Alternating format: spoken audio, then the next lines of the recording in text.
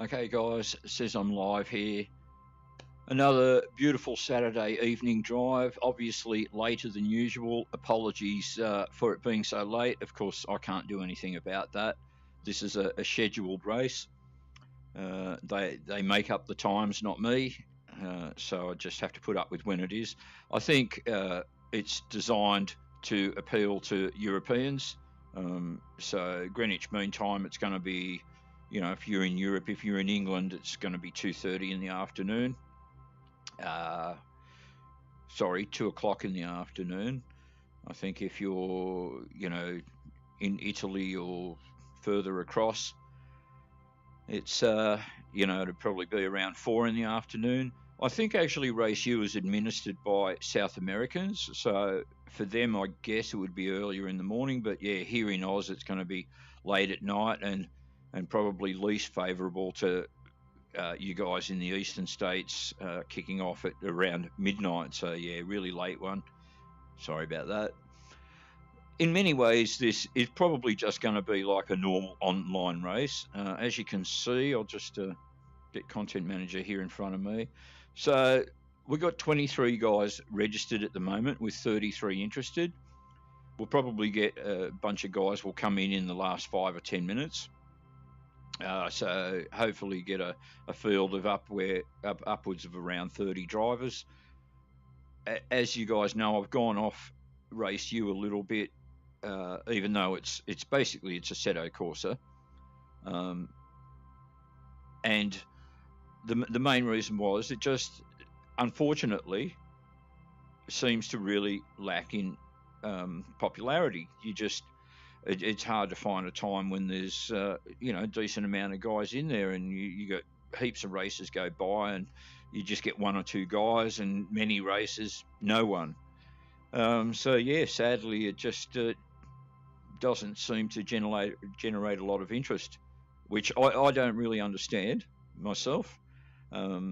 It could be something to do with the waiting thing, but you know, they seem to put on races every 15 minutes to half an hour. I think they should probably put on races just every 15 minutes and that's it, so guys don't have to wait too long. That's probably one of the reasons why people get a bit put off by it. Again, as you guys know, I love Assetto Corsa. It's one of my favourite driving sims, so in that regard, Race U is excellent for me. So we're just coming down to a bit over 11 minutes now before qualifying starts. As mentioned in the promo video, this is going to be a 1.5 hour endurance race, which is something that they basically, you know, don't do in Race U very much. It's only these event races, and even some of the event races have been holding over this week. They're only like 20-minute races, like the ones that have been at Brands Hatch. This particular race is going to run tonight, and they're going to run the same event again tomorrow night. So we'll see how we go here. This evening, I'm actually going to be mucking around a little bit with tuning the car, which is something I don't normally bother with. But yeah, I've got a couple of ideas I think I'm going to try and put into practice. Good evening, Richard. How you going? Thanks for staying up late, guys, and checking this one out. I know you guys aren't in Western Australia, so it's a late one. And as I said in the promo video, you know, I fully understood if you just went, no, that's too late for me. And good evening, Mr. Bender. Hoping and I'm sure, confident you guys are, you know, all well and happy in life at the moment. I am just cruising along.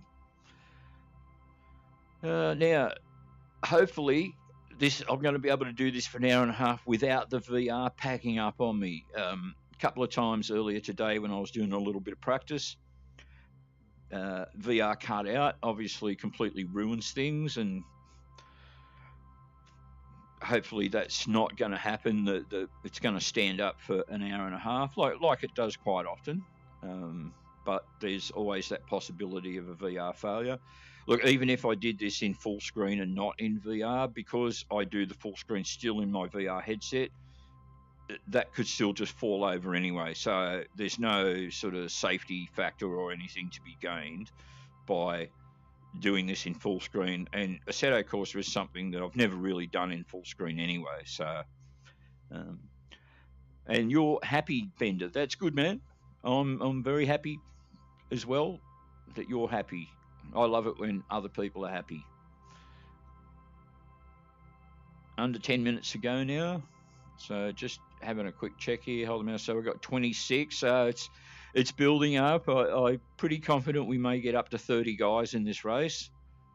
So again, a lot more populated than a lot of the races can be. Even the populated races in Assetto Corsa can often, will only have like 20 or so guys in it. And often when I'm in ACC,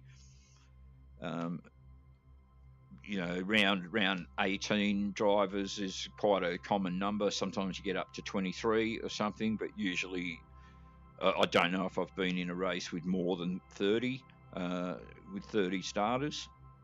So we'll see how we go. We've got one guy's opted out, might come back in. So 25 registered now with 8.5 minutes to go. Man, America's just... I'm just going to talk politics for a few minutes. America's lost the plot, mate. And it's not, it's not the fault, obviously, of regular Americans, but the Democrats and just the powers that be that are running that country, and the support from the Republicans that they get as well from idiots. As far as I'm concerned, they're idiots like Bitch McConnell and Flimsy Graham. They need to be sent out to the paddock. Flimsy Graham's a Trump traitor as well as a spineless bureaucratic weakling, and so is Bitch McConnell. I've been watching a few Tucker Carlson videos, and he was talking about, and I hope I trust that it's true. Good evening, Mr. Lone Gamer. Thank you for checking out this late stream. They've just given another $40 billion to the Ukraine, and yet it's a lot more money than what they spend on their own border protection, and holes in the wall, never completed the wall, just letting migrants from the southern border flood in. Of course, knowing that they're going to end up voting Democrat. So that's all they're really trying to do, is just ruin the country to feather their own nests. And the other thing I couldn't believe is you see the American dignitaries traveling to the Ukraine to meet Zelensky, and something's wrong here when he meets world dignitaries and he turns up in a hoodie and his favorite running shoes. What the fuck is that? It has to be the most unpresidential thing that I've ever seen. And of course, the other thing that's really disgusting is, you guys have probably heard, America's going through a baby food crisis. American mothers can't get baby food to keep their babies alive, to feed their children, and yet the American government gives $40 billion plus to a foreign country on the other side of the planet. What the fuck is wrong with these people? But anyway, that's the state of the world at the moment, isn't it? Anyway, so we're getting down to under 6 minutes now before qualifying starts. I'll tell you what, after setting all of this up, these guys better not have a system failure, because there's the occasional thing where race U, for some reason, the race collapses in it, the whole thing just won't kick over, and everybody goes, oh, screw this, I'm out of here. They get sick of waiting. So we've got 27 starters at the moment. There's going to be a fair few guys in this race. Yesterday, I went through all the different cars, the Nissan, the Merc, and I just put in some best, see what I could do as best lap times, which was the fastest. Again, I've come back to the Ferrari. It probably comes down to that I know it best, but I could get round a couple of seconds quicker than any of the other cars. So I was putting in 155s and 156s. In the other cars, I could actually get it down to 154s and 153s, even got into the 152s in the Ferrari. Again, that was with not much fuel. So I'm going to be starting this out with a full tank. So initially, I'm probably going to be doing around 155s to 157s, but as the tank empties and it lightens up the car, I should be able to get it down to pretty consistently in the 153s. That's what I'm hoping for lap times. I'm probably still going to get my ass kicked, but you know, it's all good fun. So just checking out the stream here again. One word, Democrats, says Richard. Yeah. Zelensky is blackmailing the US administration. Yeah, I haven't seen any evidence of that, Chu. You might want to point out exactly what it is that he might be doing, but yeah, I don't know. I've never seen it before. I've never seen world leaders meet visiting dignitaries from the United States of all things. Not that I think dignitary is an appropriate term for people like Pelosi and minions and cohorts, but yeah, when I saw him turn up with a hoodie on, not a military uniform, not a suit, you would expect a president would turn up in a suit. There's just something really suspect about the whole thing. But anyway, right, 3 minutes to go. We're getting close now. As Stu says, okay, enough. Race time. Yep, it's coming around pretty quickly now. Please don't fail me, VR. Can you hear me, Jim? All right, Gary, I can hear you. Oh, I know you're functioning properly, Jim. That's the way. Hopefully you'll give me correct calls about everything this evening. I'm going to be expanding what I talked to Jim about this evening. I'm going to be asking him about engine, tyre wear, suspension, probably the whole gamut of things.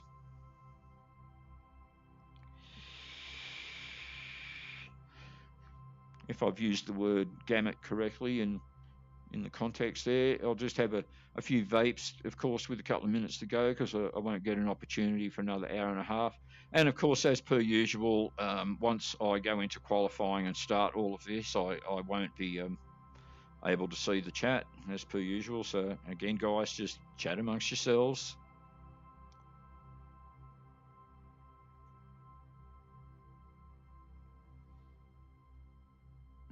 Hail VR gods. That's right, Tune. Hopefully the VR gods of racing paganism won't let us down. I have to say that, because if you're talking gods, we're talking a pantheon of gods. So we're not conforming to the Jewish monotheistic idea of just a single god. Okay, a minute to go. So now I think if you're not registered for this, once it times out, any of these other 33 that are interested won't be able to join. Once you've joined, you can, for whatever reason, you can jump out, you can jump back in. But yeah, once it says it's underway and qualifying begins, other guys won't be able to join. They'll be locked out.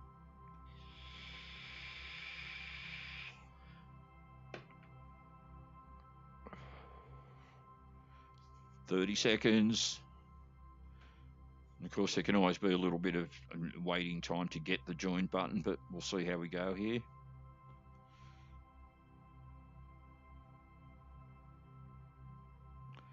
Well, I hope I do all right in this. I hope I just don't get completely smashed and it's a shameful shit show. But even if I get bumped off and lose places, hour and a half long race, you've got time to try and redeem yourself.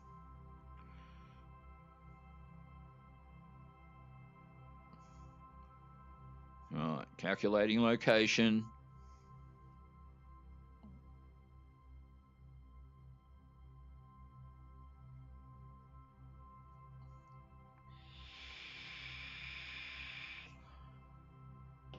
Waiting.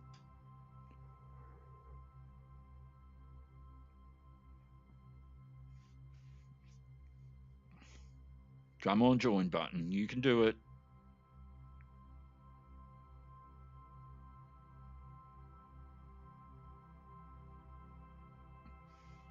So just so you guys know that if this fails, I'm not going to go off and do another option thing. I won't keep you guys up, you know, just for a regular thing. Here we go. We've got it.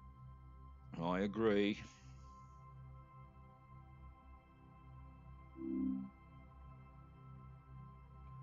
Again, just before I get underway, I'm going to do some car setting up. So I'll be giving up a minute or so of qualifying time, but I'm not too fussed. I think with an hour and a half race, qualifying probably doesn't matter too much. You know, you're only 50 feet back, aren't you, for over what's going to be an hour and a half of driving. Okay, I'll just a quick check to make sure you guys are seeing it, but again, I'm supremely confident.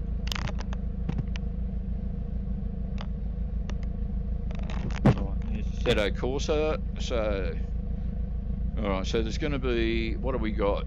1 minute of practice. I'm not even going to worry about that. I'm just going to use that time to set up the car. Okay, so gears, I'm actually going to shorten the ratio slightly for Monza. In practice, I thought, yeah, I could climb through the gears just a little quicker. So I decided on not, third already looked pretty short, so I wasn't going to change that. But I was going to change fourth down a couple of clicks, second down a click, and fifth. I'll leave sixth as it is. Tyres, I sort of mucked around with hard, but I'm actually going to leave it on medium.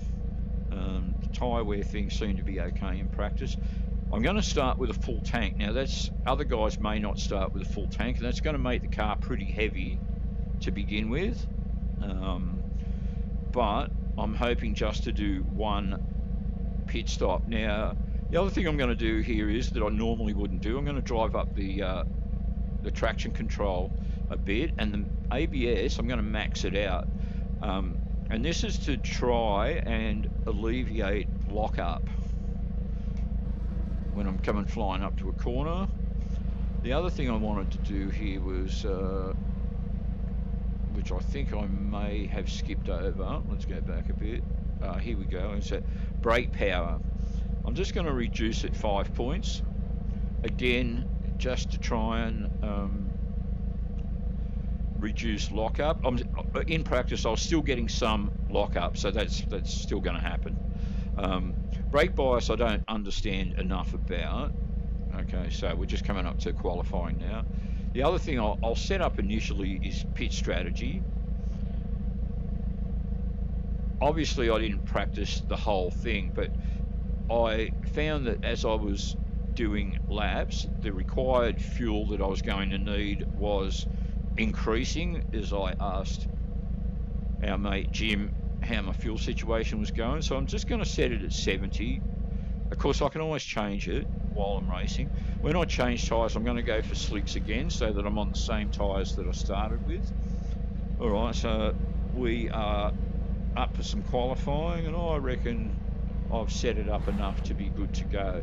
All of these settings will stay when I go into the race, they won't change. Alright. Did anyone drive out of the pit yet to qualify? I think the seating position's alright. Man, I've got a video to do in ACC about this guy that was... exit. Okay, Gary, we've got 7 minutes to get the job done. This guy that was just behaving like the biggest jerk ever you've ever seen in ACC. This guy was deliberately trying to wreck everything for everyone.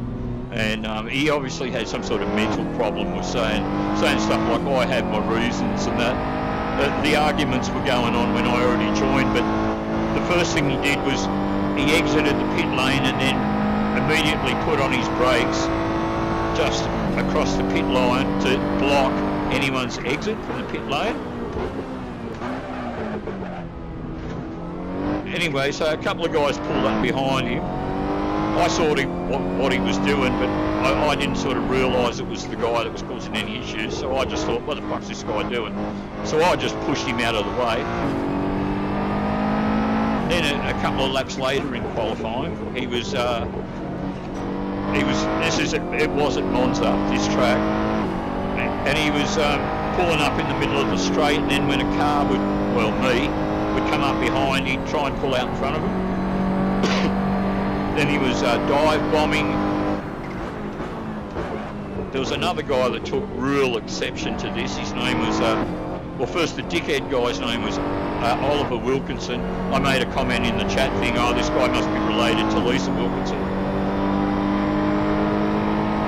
Drivers from overseas would have had no idea what I was talking about. But yeah, there was another guy there, a guy called Oscar Payne, who was really taking exception to this guy, and there was half a dozen drivers just going, you know, we're just going to report you, arsehole. He was just being such a jerk. P4. Anyway, so I've got it all on replay, all the different stuff he was doing. I thought it might make a little, you know, change from regular racing.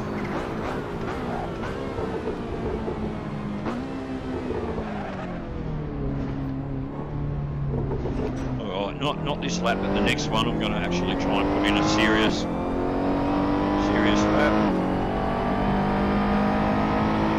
That's 5 minutes to go, 5 minutes. So, surely of all the guys that were registered, not just 8 people ended up joining. If that's the case, that's pretty disappointing. Yellow flag. Oh, been locking up.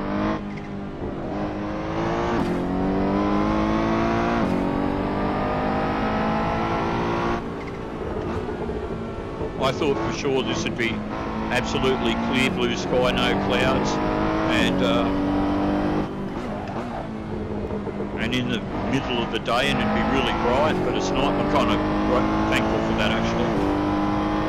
Well, that's qualifying. The race itself, they might set it up differently.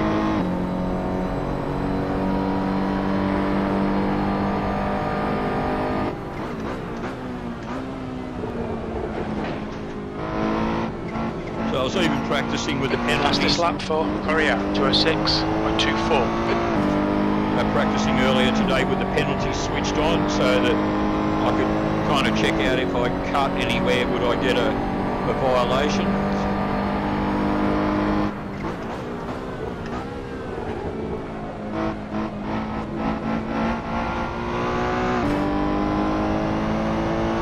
Alright, this will probably be something like a 157, 158.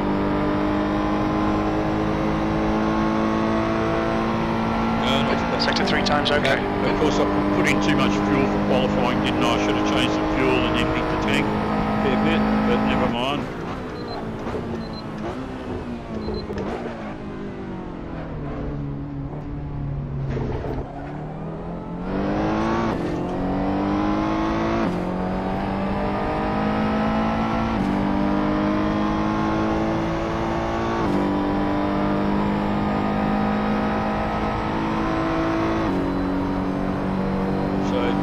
Third, back down to fourth again.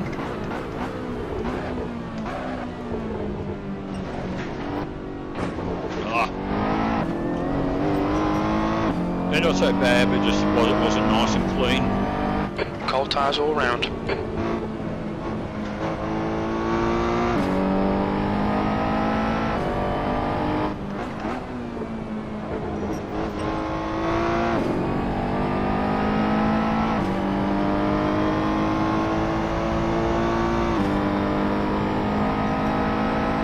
Down to 6, so there might only be a few guys here, but they look like they're serious.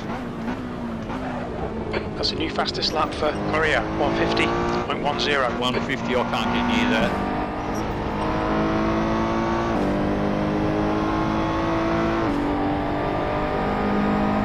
But the absolute just best, 2 minutes left, 2 minutes to go. The absolute best I've been able to do is in the 152s.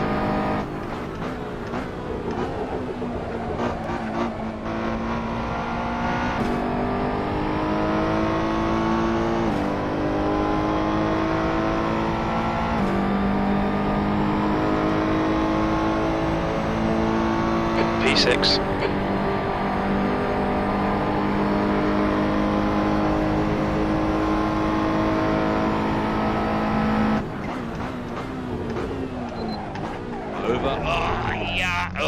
just managed to pull it back in.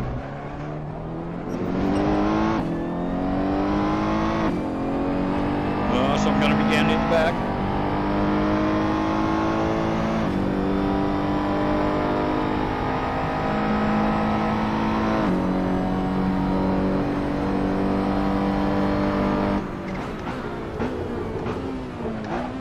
Well, I'm really disappointed with the number of guys in it. You know, there's at least a couple of thousand guys. Fastest lap for Costa, 149.57. Registered on race two. You know, and I trust most, you know, if not all of them would have got emails about these events. So yeah, I just would have thought there would have been more guys in it.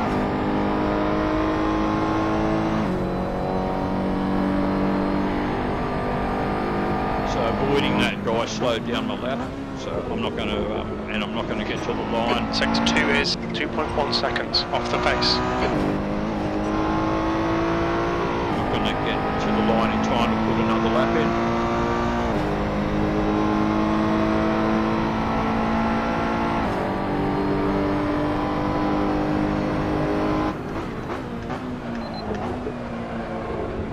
I guess the one thing that's a bit novel about this is, you know, and you guys have seen this, all the online races I do in Assetto course are all 7 laps, 9 laps. P8. Never get to do any longer races against guys live. The car ahead has just done a 153.17. So at least in that regard it's going to be something a bit different for me, and I guess a bit different for you guys as well.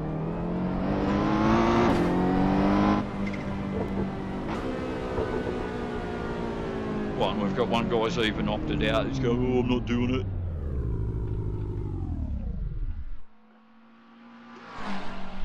Maybe I'll get completely out of the way, hey?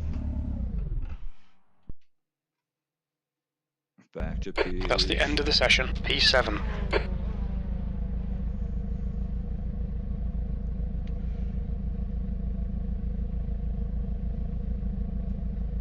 Yeah, well, everything appears to be how it's set. Estimated laps 35. Okay. I know I'll have to refuel, I know that much. One of these days I'll muck around with this, the differential power, see if that makes much of a difference. Okay, so my settings are all the same. Alright. 30 seconds to go.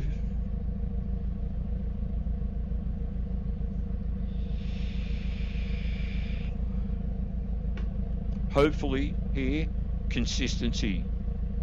I'm doing my best to concentrate for 1.5 hours and not come off. That's probably pretty unlikely. You guys have seen me drive, you know I come off all the time. The leader, Costa, is pitting. P8. Okay, Gary, get ready. Second last, Jim.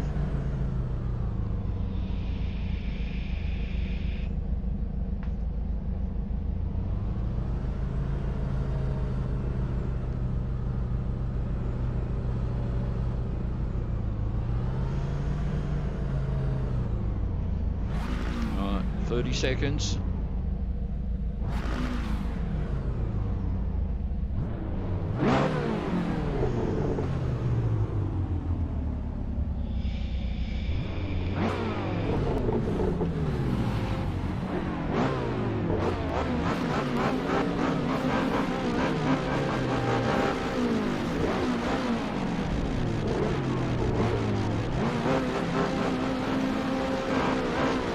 Don't fail me, VR.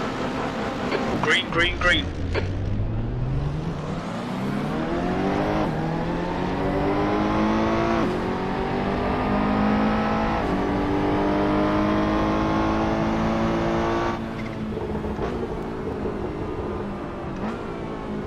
Yellow flag.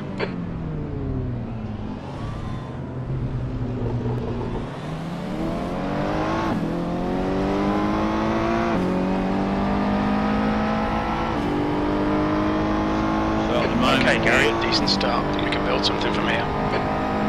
You're a funny guy, Jim. I'm in last place.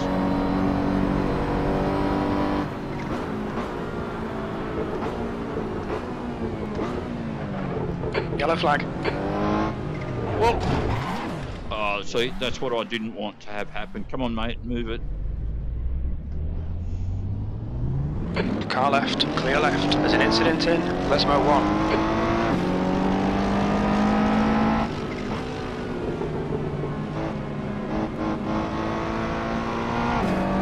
How's my suspension, Jim? Your suspension looks fine, mate. Good.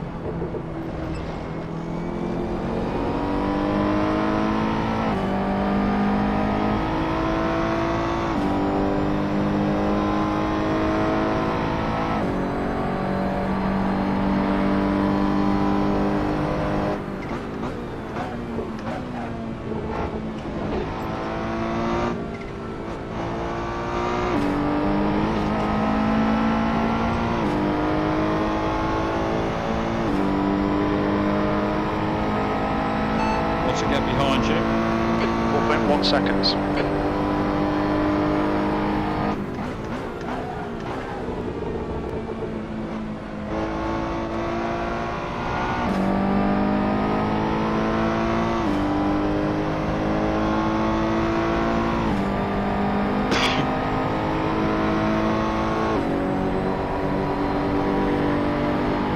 So the car seems perfectly okay. It doesn't look like I did any real damage.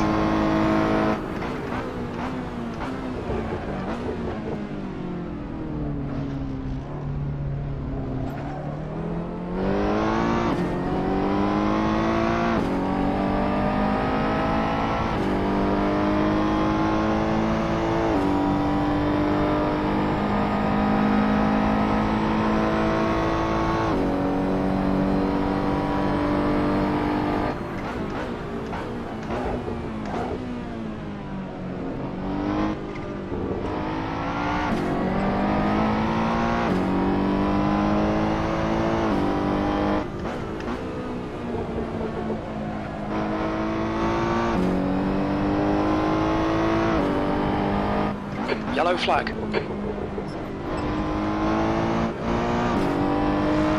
Thank you, gentlemen.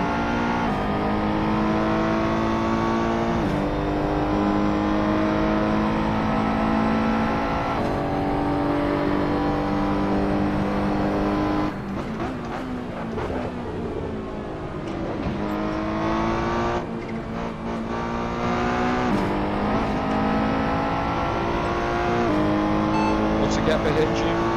9.7 seconds.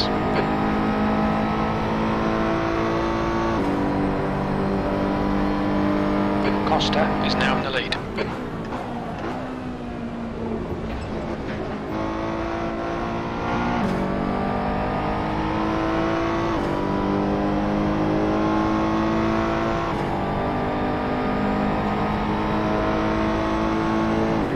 Sixth place. Clear right. Guy coming out the pit there.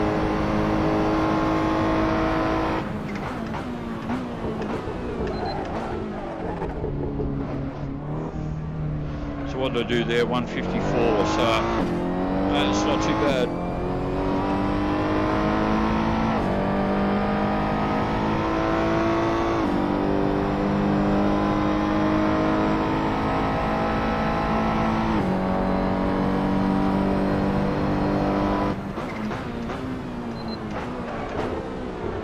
Cold tyres all round. You know, all this time I've been racing in Assetto Corsa, I've been complaining about The gap behind is now 1.7 seconds. how I don't have a lap time comparison to see if I'm doing better or worse than my best time, and I've only just realised today that this little red panel on the right hand side of my gear thing, on my readout there, if it's green, you can see it's green, that means I'm up on my best time. So it actually does show me in real time. It's actually got a numeric readout, but I've got no hope of reading it.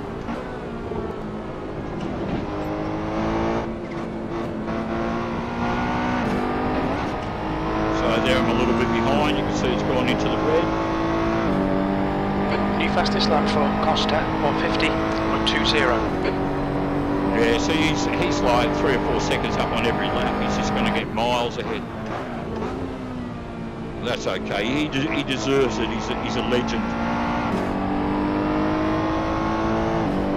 I think these guys behind are catching up to me as well.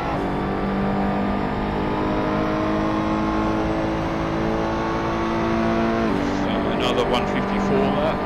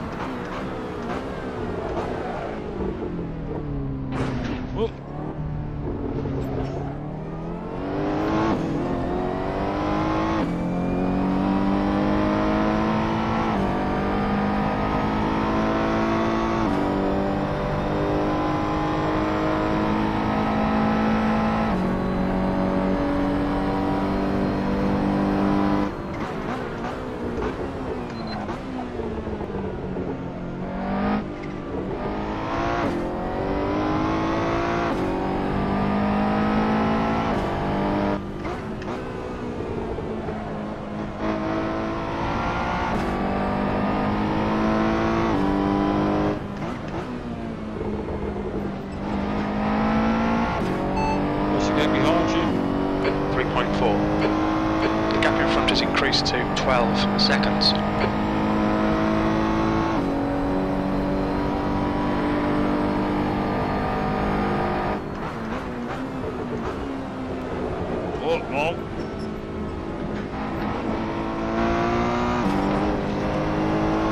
That's a new fastest lap for Costa, 150.03. Costa is leading the race. The gap behind has now decreased to 2.8. So this guy behind me is going to get me pretty shortly.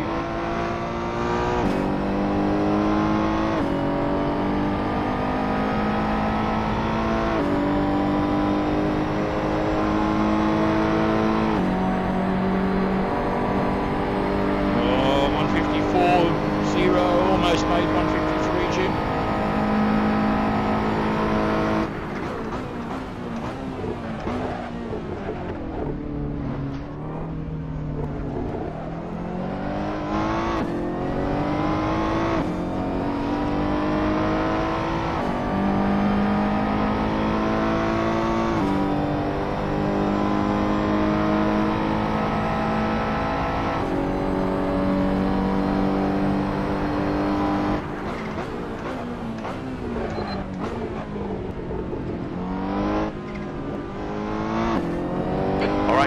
Our refuelling window will open after 22 minutes and closes at about 1 hour, 7 minutes.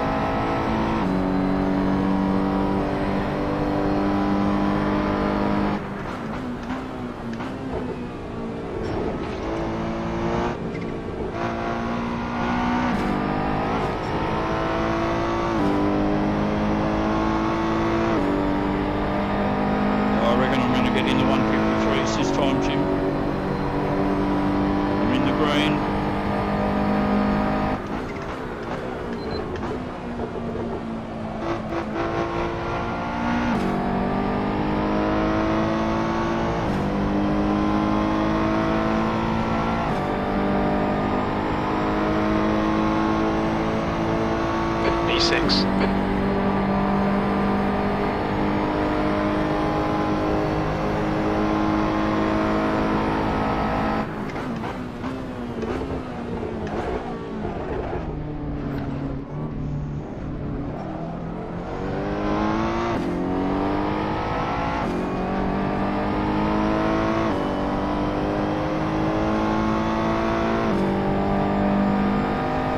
So now with this guy doing 150s, it could be a thing where, a strategy thing, where he decided to start with a light fuel load.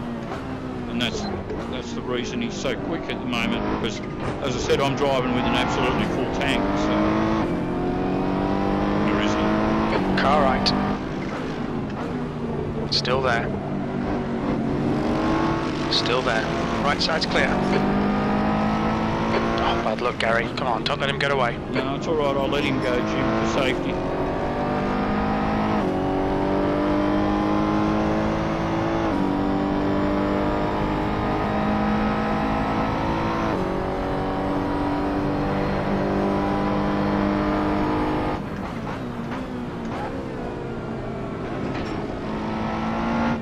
Costa is now leading.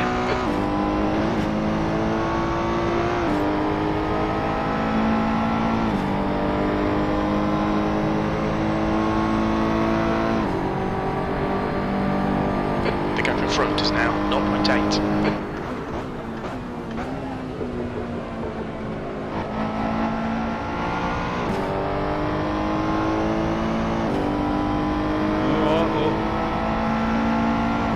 Over 10 minutes in and I haven't come unstuck yet. So. B7.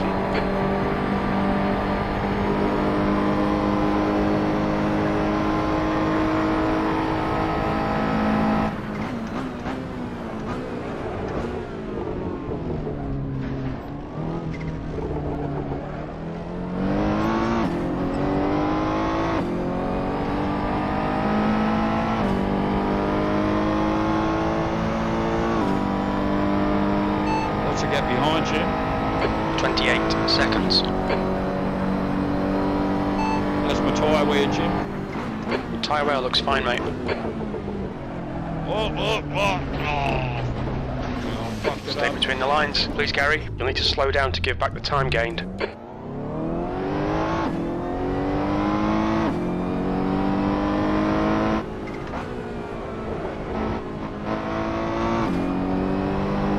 Right, he's out of sight already. Wow, I did have to pretty much stop. There he is.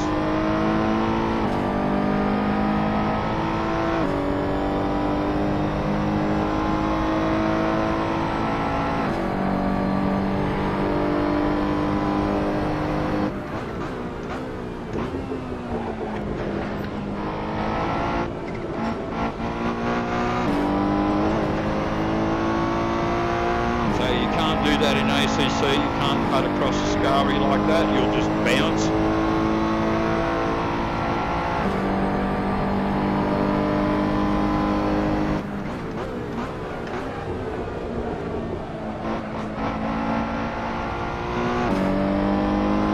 But I should show you guys a bit of this video I was watching yesterday on ACC.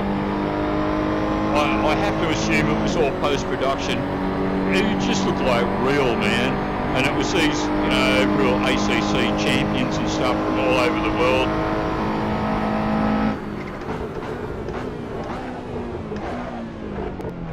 It even had inset windows inserted with these guys with their webcams in their racing setups in their homes, but they had every camera angle covered, you know, bonnet cam, looking out from behind, and then once they've edited it all together, they've had a couple of pro commentators come in, and it was just like watching the European Championship on TV, and they had, like, the graphics were as real looking as you could get.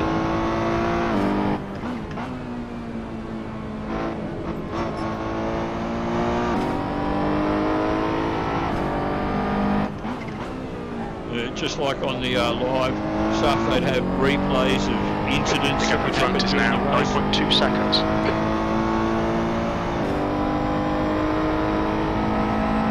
Costa is leading the race.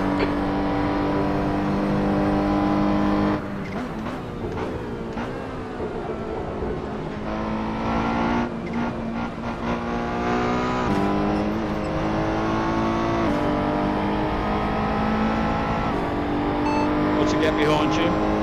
23 seconds. What's the gap ahead, Jim? 9.4.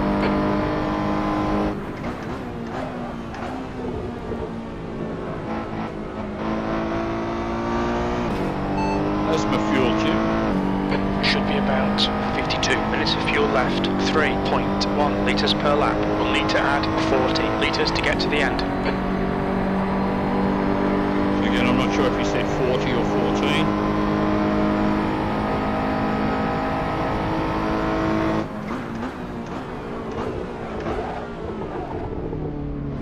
I've got it set up to be 75 litres at the moment anyway, so.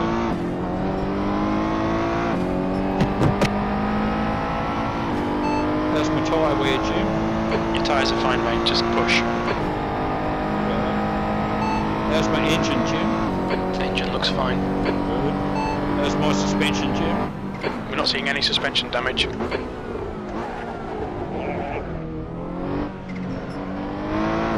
Late down in the first then.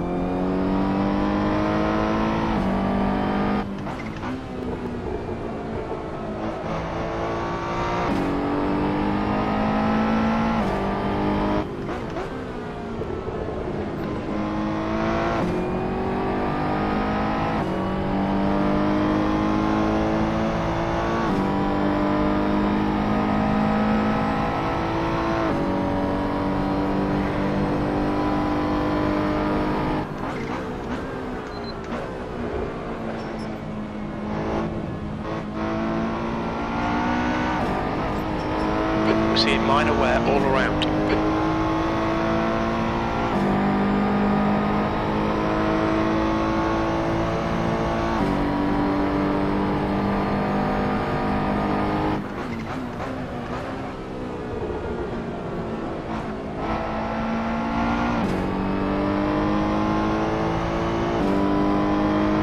Okay, that late gear change at second chicane would probably cost me. I know I'm still in the 153s.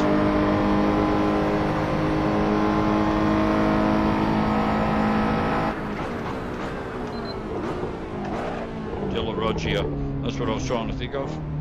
Variante Della Roggia.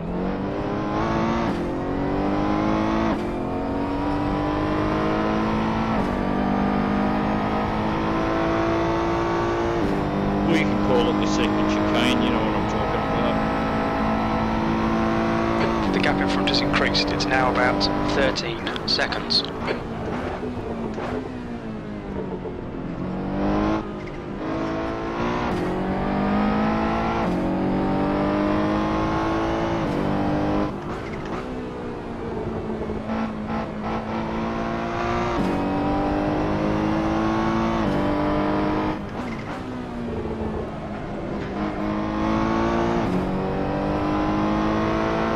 Costa is now in the lead. What's my position, Jim? 6th place. I'm going for a podium, Jim.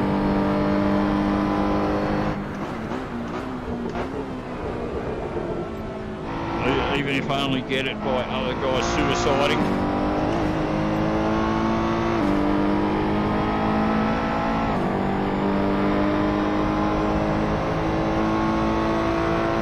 Consistency, attrition.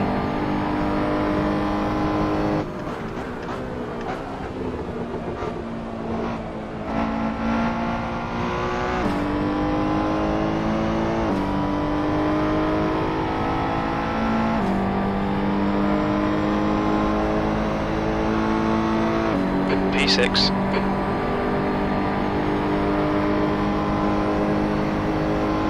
There's my fuel, Jim. We estimate 47 minutes of fuel remaining. 3.1 litres per lap. We think we'll need to add 41 litres to get to the end.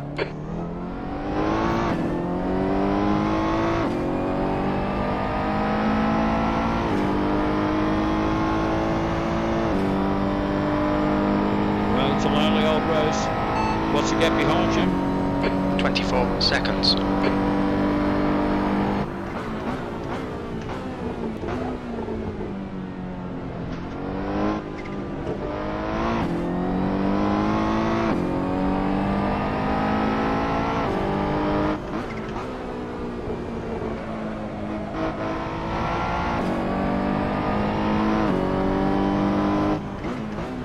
I mentioned to you guys before that I really love sim racing. Once or twice, Gary, once or twice.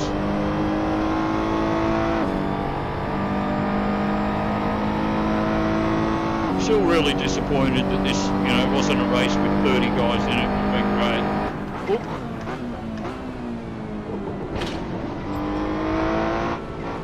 I thought I was going to get a penalty then.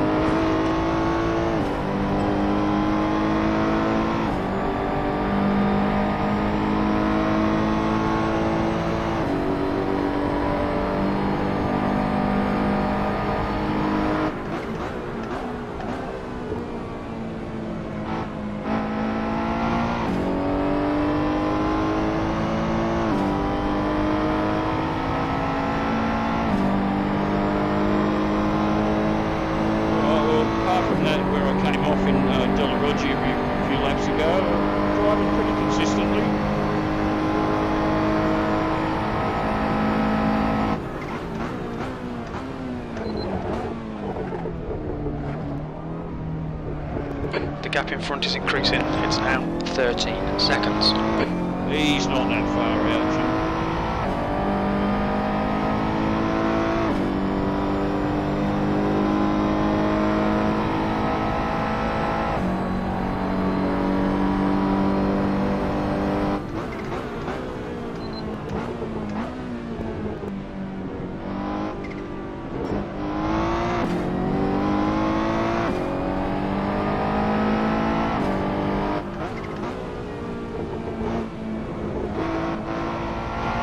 Fastest lap for Costa, 149.94. Costa is now in the lead. Fastest lap for Boris, 149.73.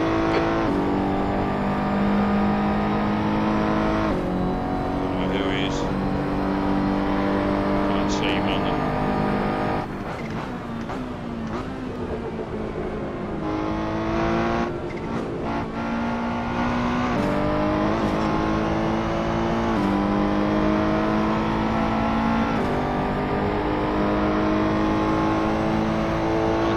About a third of my tank of fuel.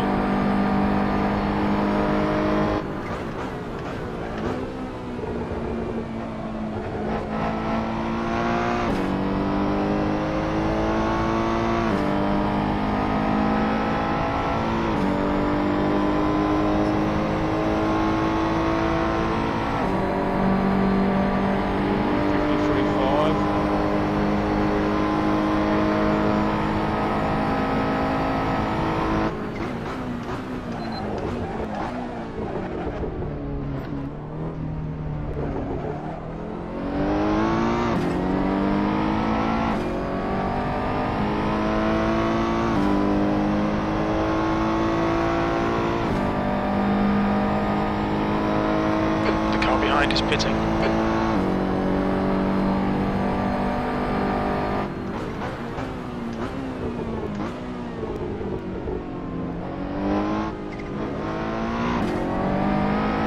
Well, I'm actually still in the green, Jim.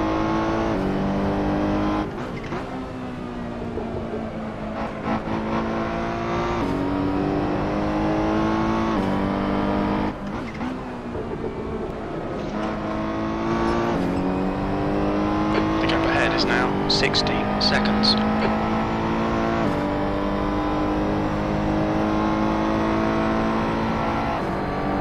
Well, I know it's not very exciting with no other cars around me to battle with. Oh, fuck.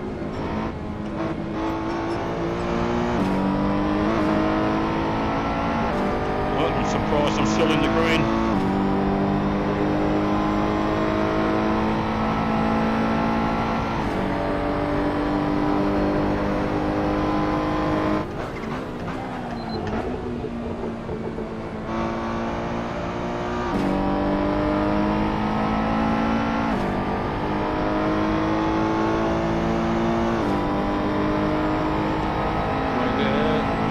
Last lap was a 153.00.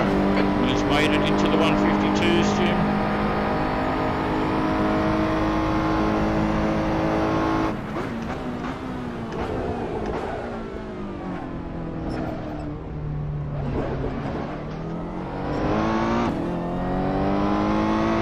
Oh, I nearly got it into an oversteer then. Put the power down just a fraction early. Pit window open.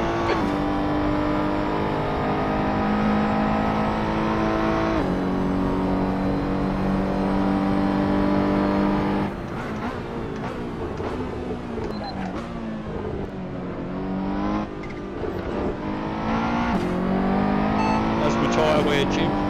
You've got a bit of tyre wear on all your tyres. Costa is leading the race. Well, it sounds like it's evenly distributed, Jim. That's a good thing.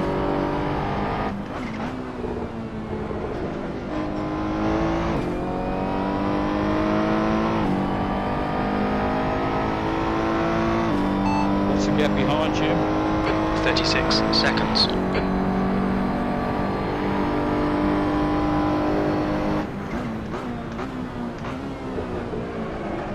Oh, a bit late turning in, I reckon, there.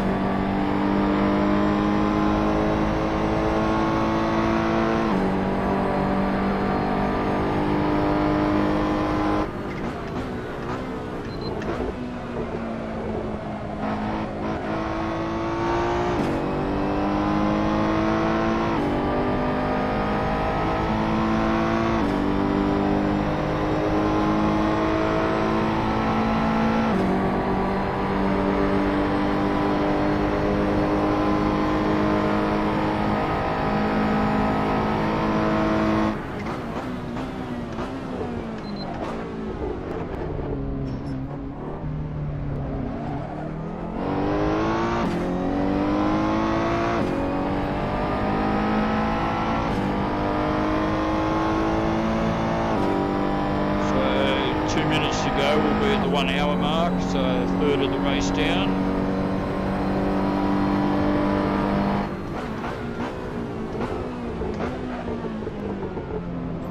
B6.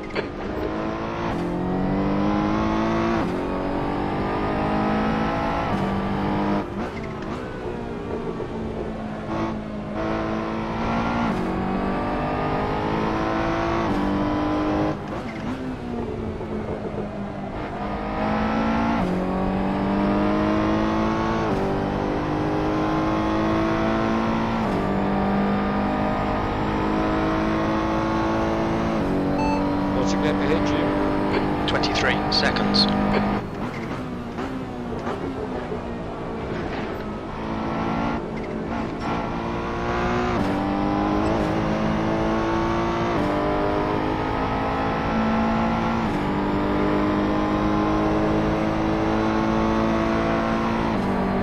That's my engine, Jim. Engine looks okay.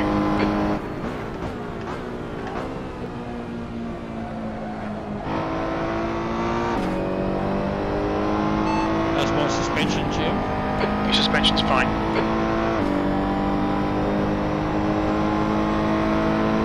How are my brakes, Jim?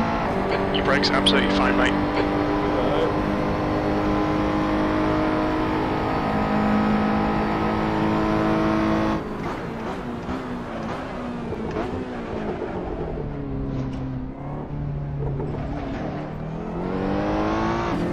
It's a fine art, that corner. It's taken me a better part of a couple of years of driving it hundreds of times to get it down consistently. Incident in Lesmo 1. Alright, we've got another guy's opted out.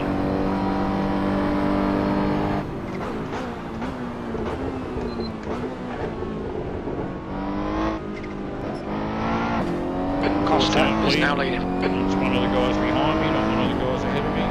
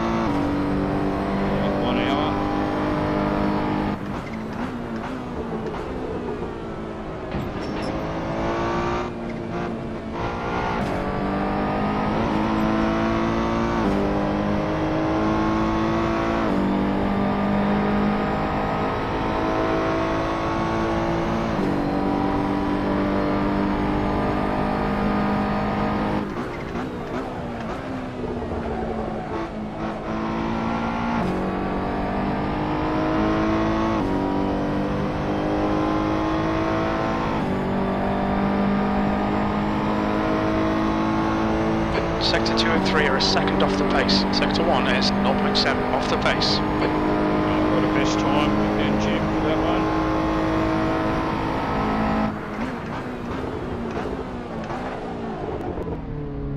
Oh.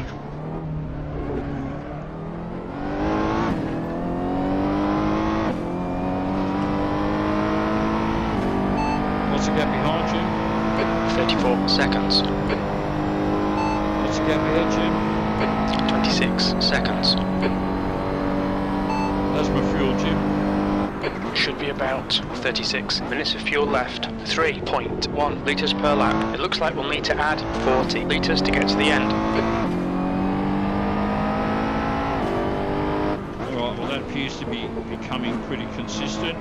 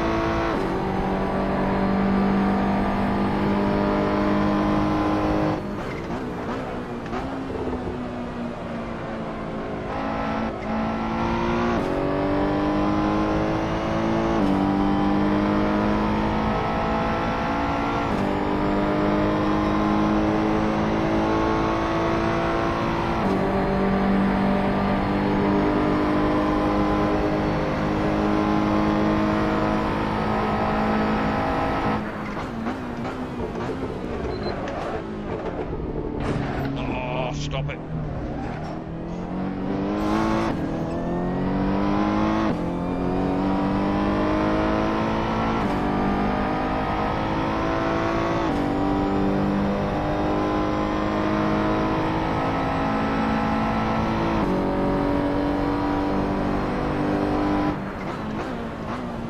Costa is leading the race.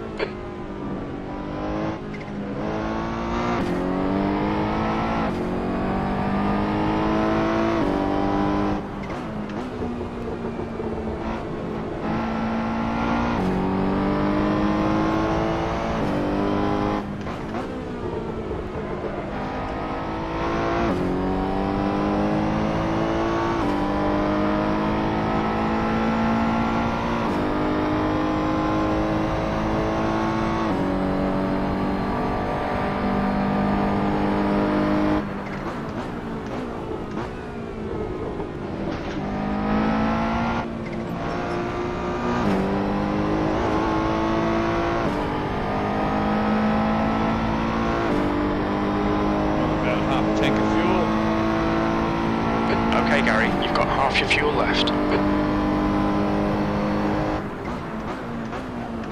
I'm one step ahead of you, Jim. I'm afraid.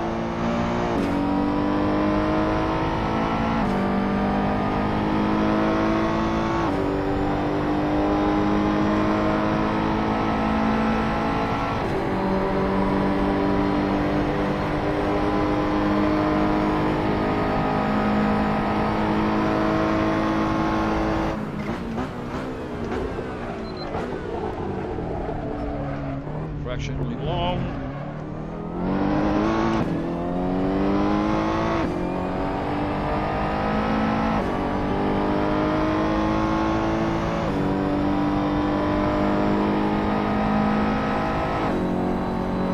Fastest lap for Costa, 149.62.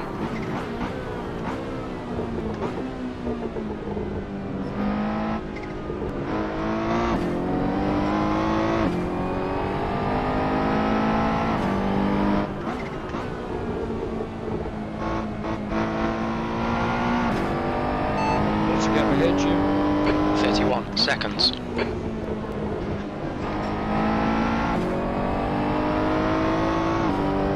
What's the gap behind you? 34 seconds. That's my tyre wear, Jim. We've seen a bit of wear all round.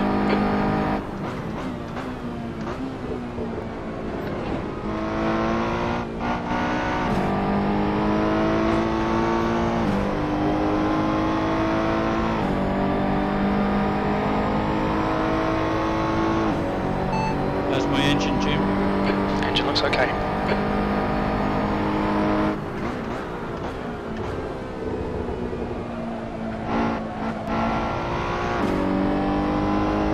Oh, I went back into the red then. Damn it.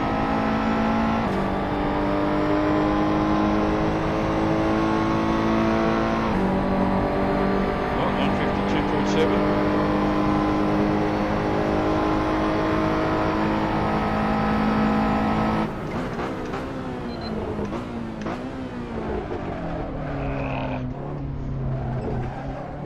Didn't want to go down into second actually that time.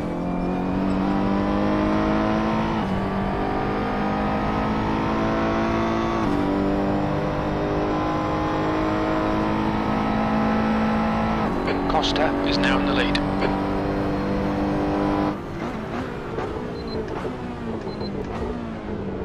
Beep, beep, beep, beep.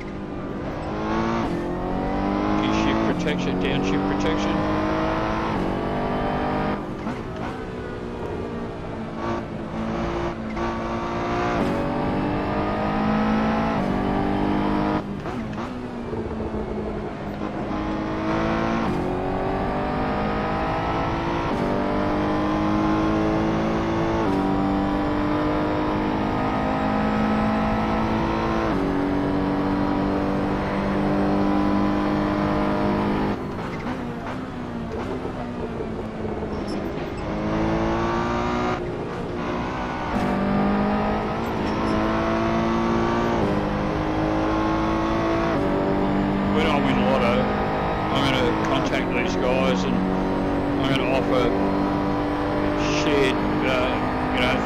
$1,000 over 6 weeks, $1,000 a week over 6 weeks. So we can get some guys interested in Race U by offering $500 for first place, $300 for second, $200 for third.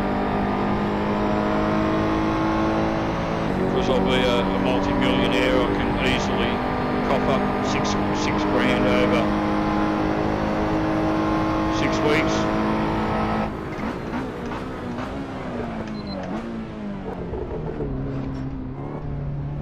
The Orsum racing series. I'm sure a bit of prize money would actually get some guys interested in Race U.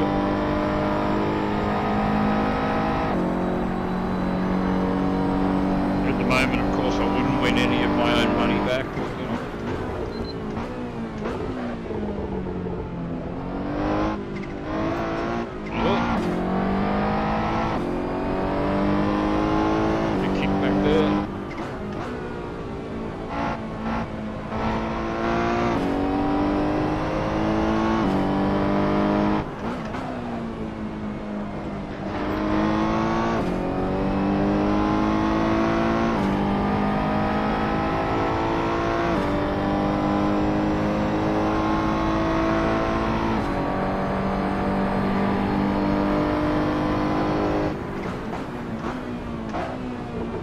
The guy in front has just done a 150.00.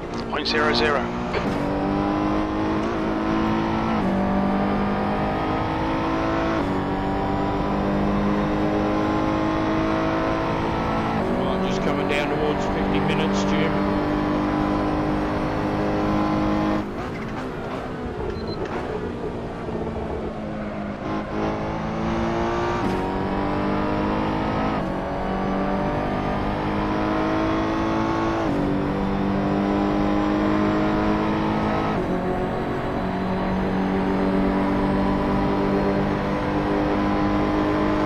Right side's clear.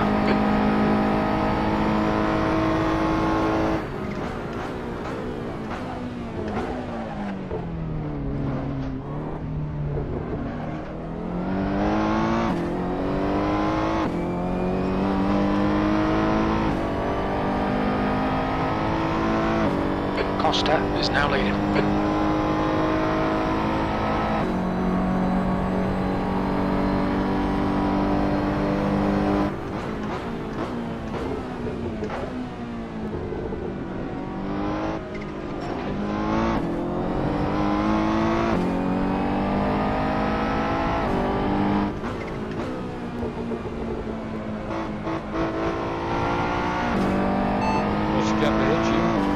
38 seconds. You've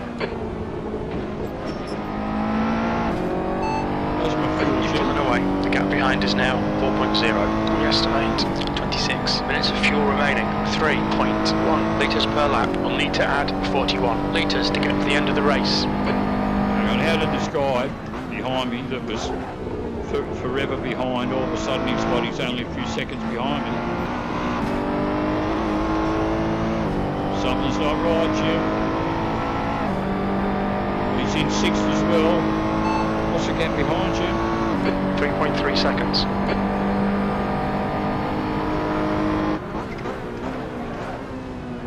I don't understand what's going on.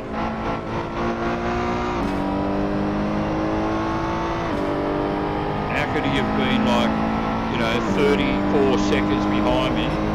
And, I haven't fucked up or come off P5 or anything. Oh, okay, so somebody else has quit out, yeah, they've gained another spot.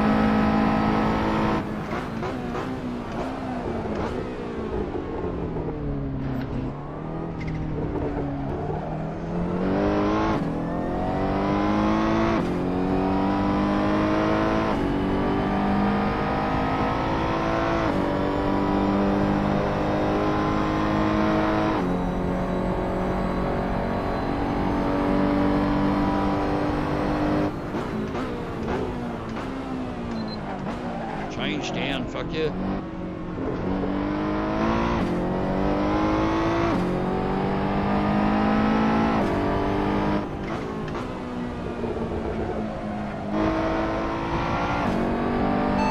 That's my tyre wear, Jim. Oh no, I just can't hear you. How's my tyre wear, Jim? We've seen a bit of wear all round.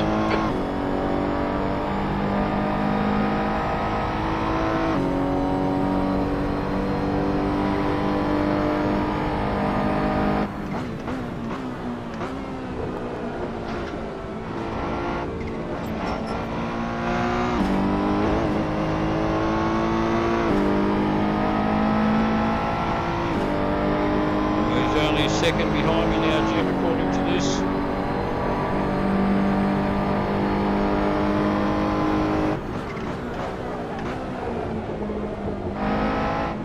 Oh.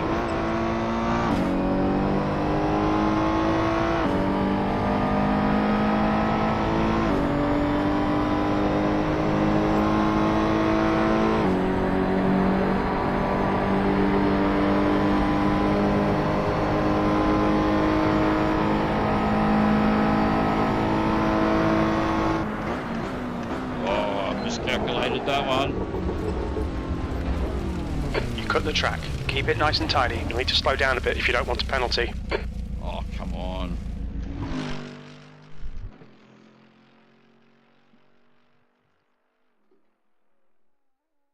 So I miscounted the braking markers there.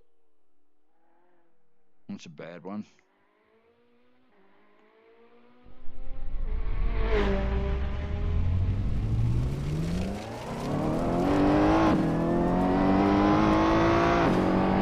Oh, that was the leader anyway, so... What?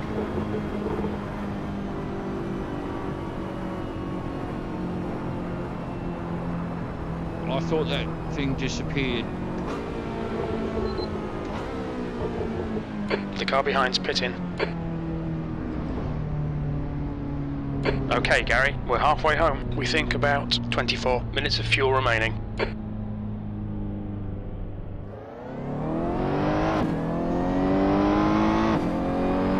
What's the gap ahead, Jim? 33 seconds.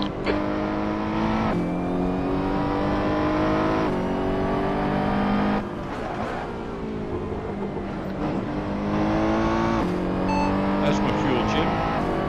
We think about 26 minutes of fuel remaining. 3.1 litres per lap. We estimate we're going to need to add 28 litres to reach the end.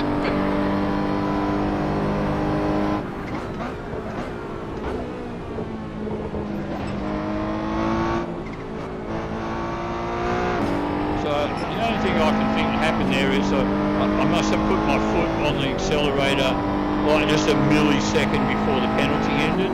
The leader, Costa, is pitting. If you do that, the whole thing starts again. Costa is leading the race. Alright,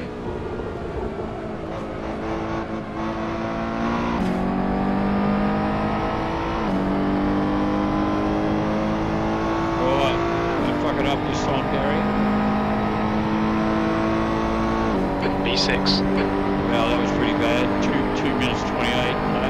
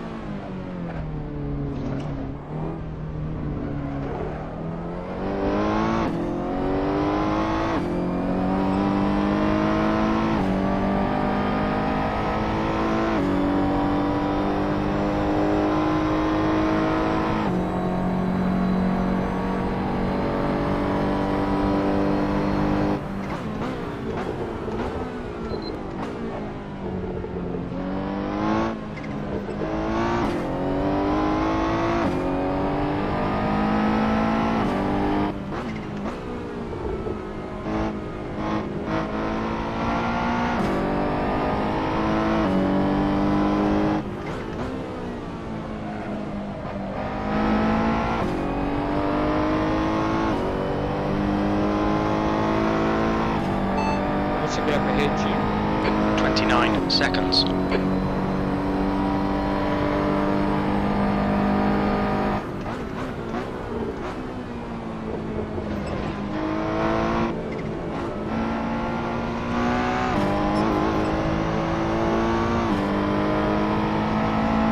Well, clearly I'm just not good enough, Jim. That's what it is.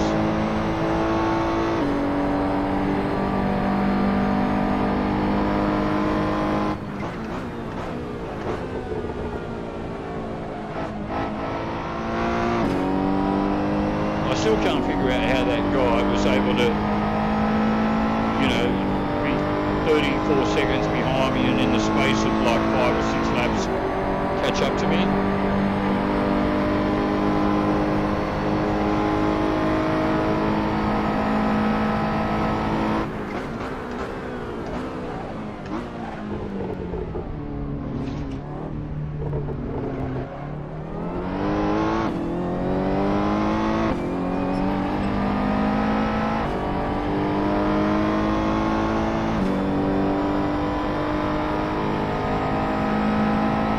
Down towards the 40-minute mark, Jim.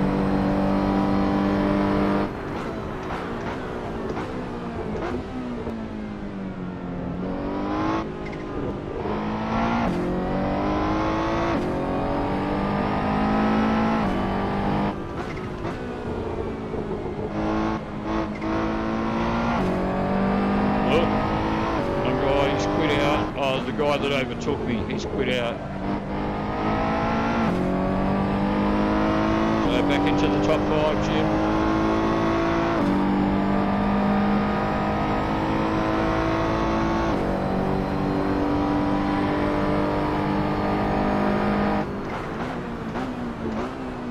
Don't enter an endurance race if you don't have the endurance. Isn't that right, Jim?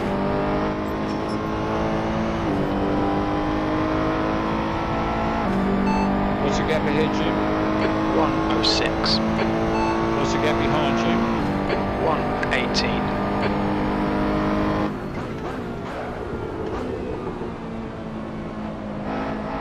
Alright, let's see if this guy that's 118 behind me ends up being like 3 seconds behind me in 5 laps time.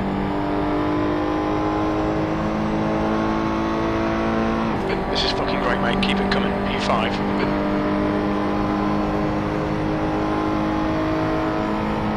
I appreciate your optimism, Jim.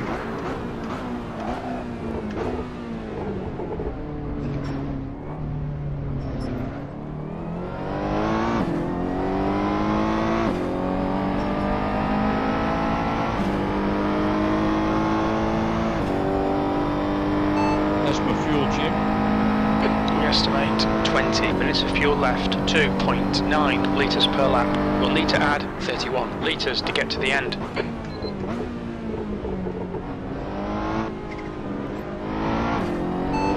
Brakes, Jim. No, I didn't catch that. Now on my brakes, Jim. Repeat, please. Oh. Trying to do too much We've at had a once cut there. warning. Keep it tidy. Please carry. Next time answer me when I speak to you, Jim. I wouldn't have come off then if I wasn't trying to press a button and re-ask you the question that you didn't answer me first time. Cockhead.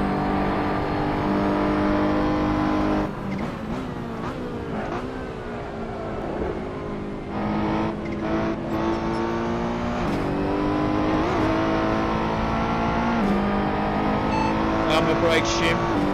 Your brakes are good. That's my suspension, Jim. Your suspension's fine. Alright, so still it's just tyres and fuel. I don't have to do any repairs. According to our beloved Jim the cockhead. 156, that was pretty bloody slow.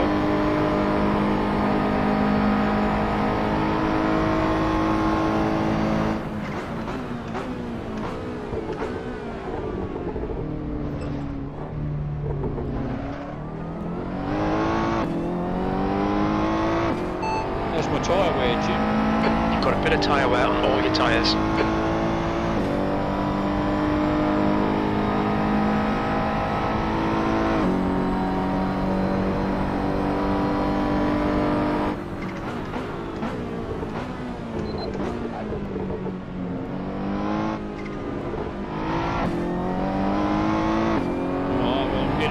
Pitting time.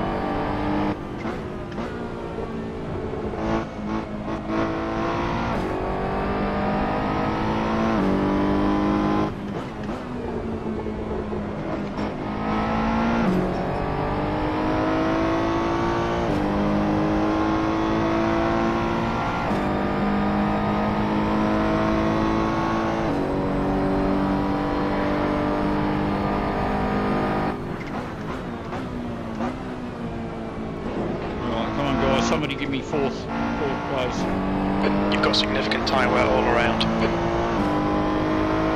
There's an incident in Lesmo 1. We think it might be Boris. Okay.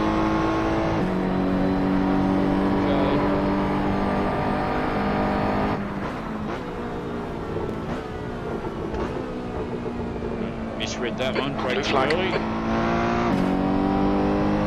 Right, so who's behind me? Like the leader again. He's flying. He's already passed me once.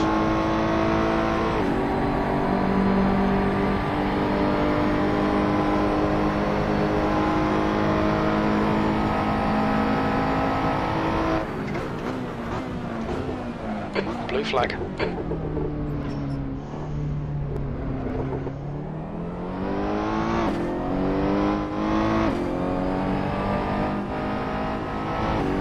Come on, mate. Oh, fucking pass me, don't just... Blue flag. Car right. Clear right.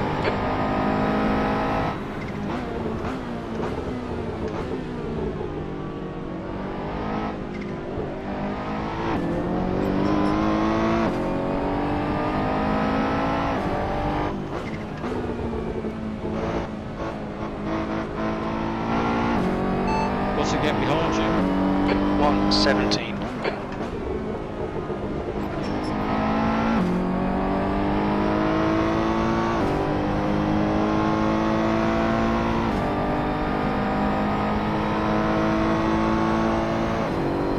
That's my fuel tube. Should be about 13 minutes of fuel remaining. 3 litres per lap. It looks like we'll need to add 36 litres to get to the end. Alright, one more lap, Jim. So...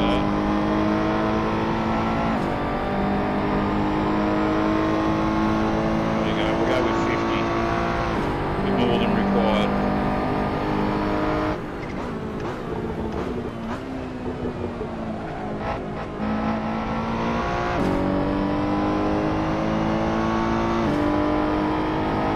When I first started sim racing in Assetto Corsa and that, I thought, you know, setting up pit stop strategy and all of that stuff while you're driving. How the hell are you supposed to do that? But it's amazing how you actually get used to doing it. Whoa.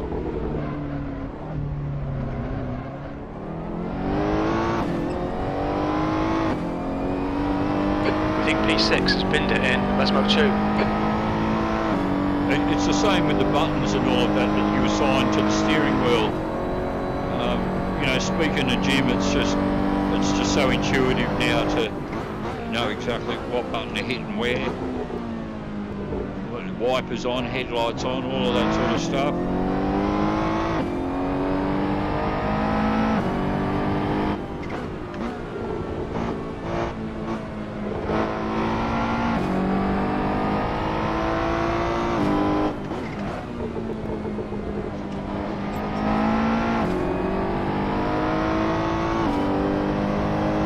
What's the gap behind you? 1:22.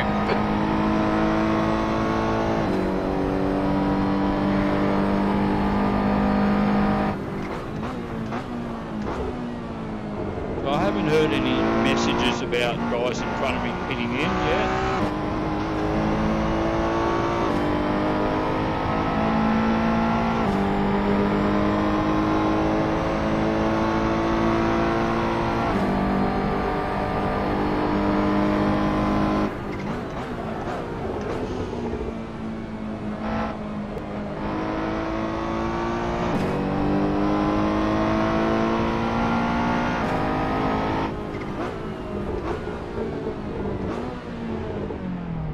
Watch your speed. When we leave the pits, we think we'll be in P5.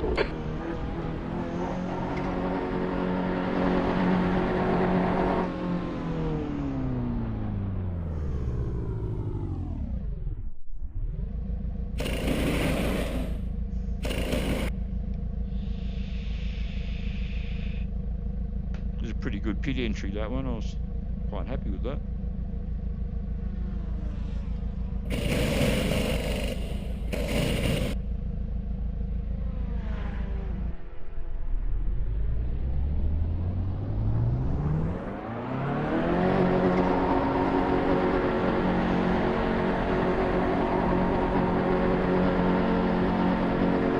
The pit exit's clear.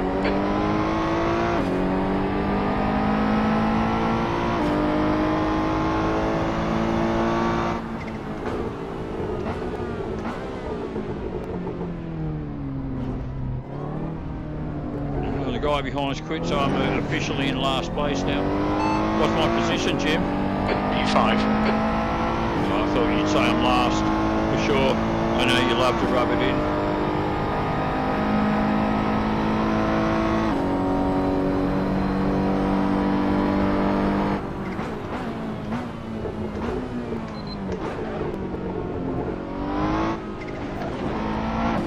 Well, I can feel the car feels actually better.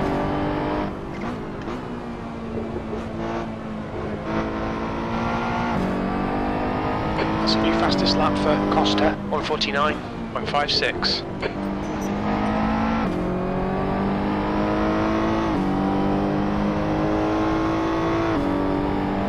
Alright, coming down to half an hour to go, Jim.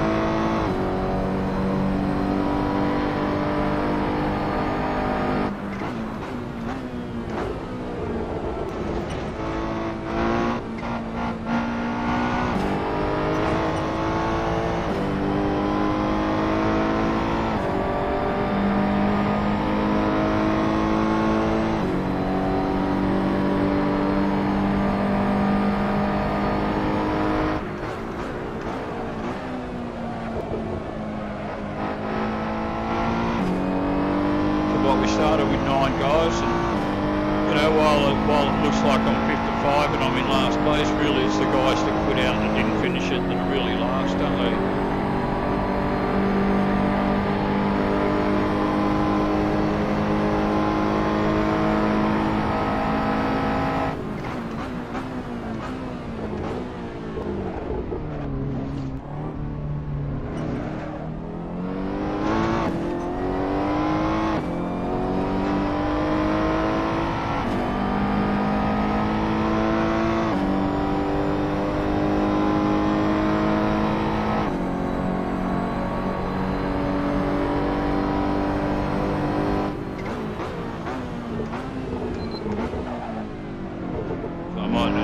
to write to the race you guys after this. You know, you promised prizes in this race.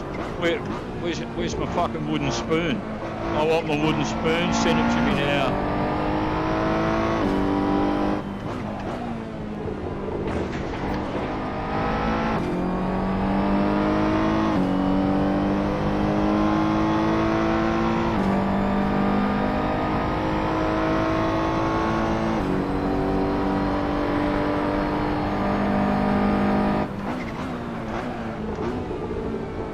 P5.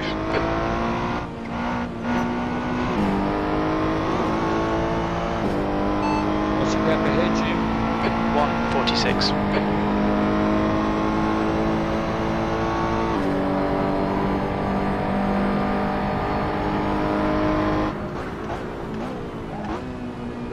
So I've got the guy that's in fourth coming up behind me now.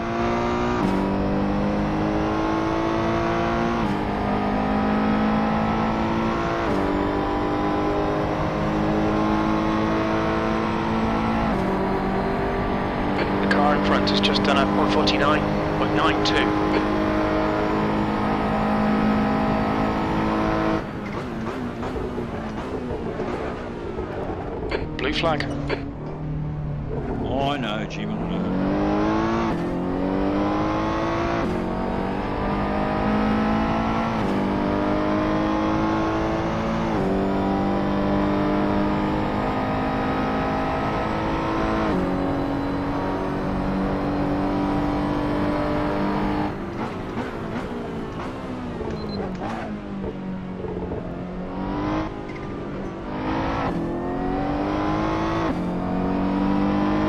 Soon, Jim. Soon. In a minute, I'll get out of its way.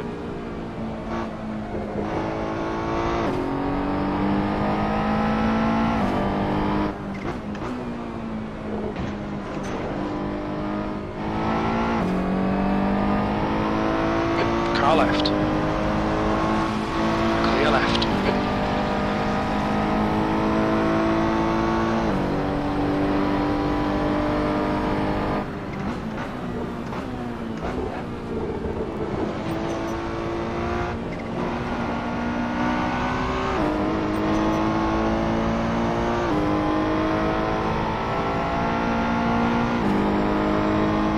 Got a sneaking suspicion this guy in front of me hasn't pitted.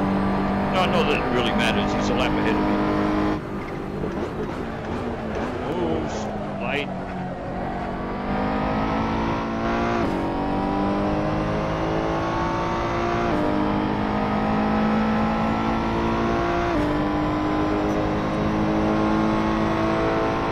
So I'm going to be driving for the next 25 minutes and I'm not going to gain any more spots now.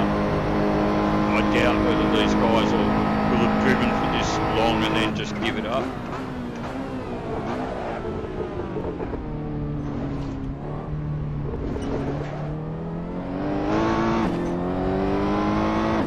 But there's no one else behind me to go, oh, I'm in last place, fuck it, I'm leaving. Because I'm the guy in last place now.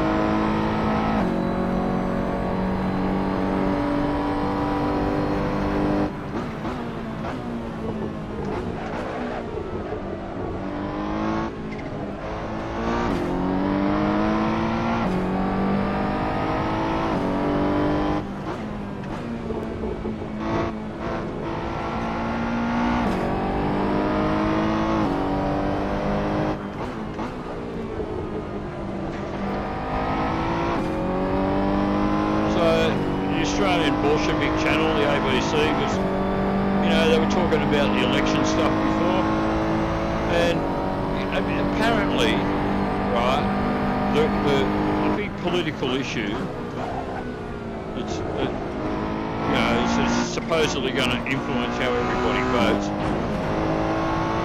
is climate change. Really? What the fuck is wrong with you people?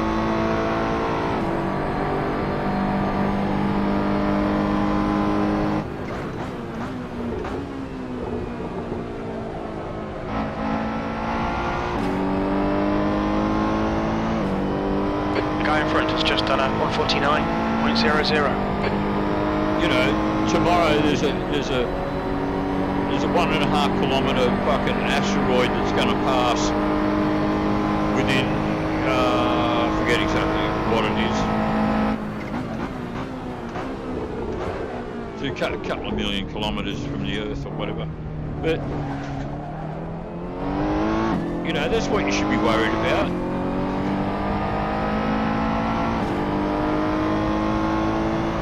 You know, this fucking horseshit that they're making out, like, you know, they've got everybody believing that the world's going to fry in 50 years' time. Fucking mass delusion.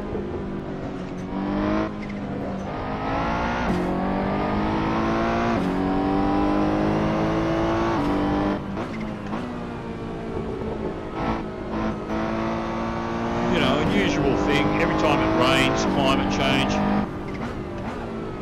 There's a bushfire somewhere, climate change. The ice in your drink melts, climate change. You stub your toe, climate change. When you get a bumper crop, oh no, that's not climate change, that's favourable conditions. It's got to be something bad to be climate change, you know. If it's a beautiful day down at the beach or whatever, no, that's not climate change. But you know, if a storm rolls through, that's climate change. Blows down your fence.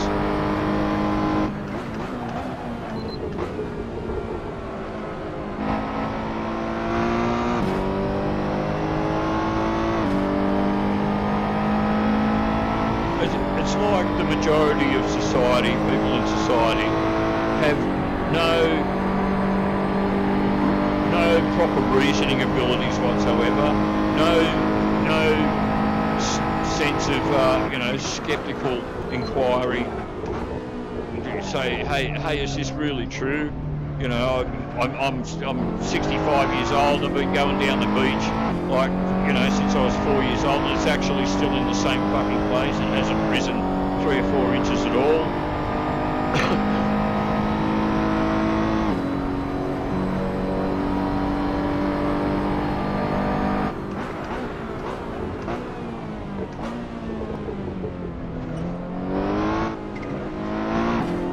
What's the gap behind, Jim? We don't have that data. Oh no, that was a trick question. I thought I'd try and catch you out, but you know, there's no fooling you, Jim.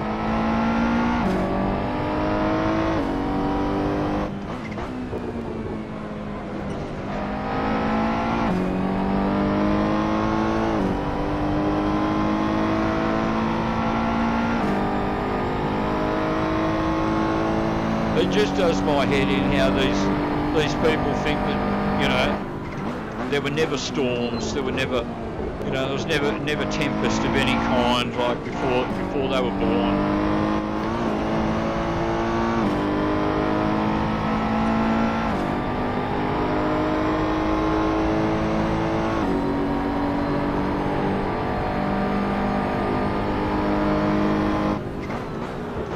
You know, they don't seem to realise that the Sahara Desert was an oasis. Probably, you know, I don't know exactly, but I think it was only a matter of just a few thousand years ago. It wasn't fucking, you know, 20 minutes remaining, you've got 20 minutes left. It was climate change. I suppose that you could say turn the oasis of the Sahara into a desert, but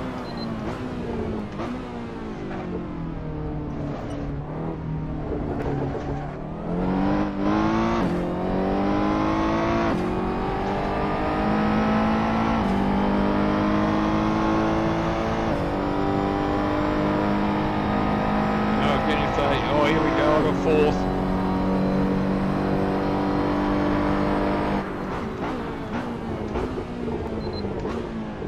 You know, you look at Iraq and Baghdad and how it's sandstorms and it's just a, you know,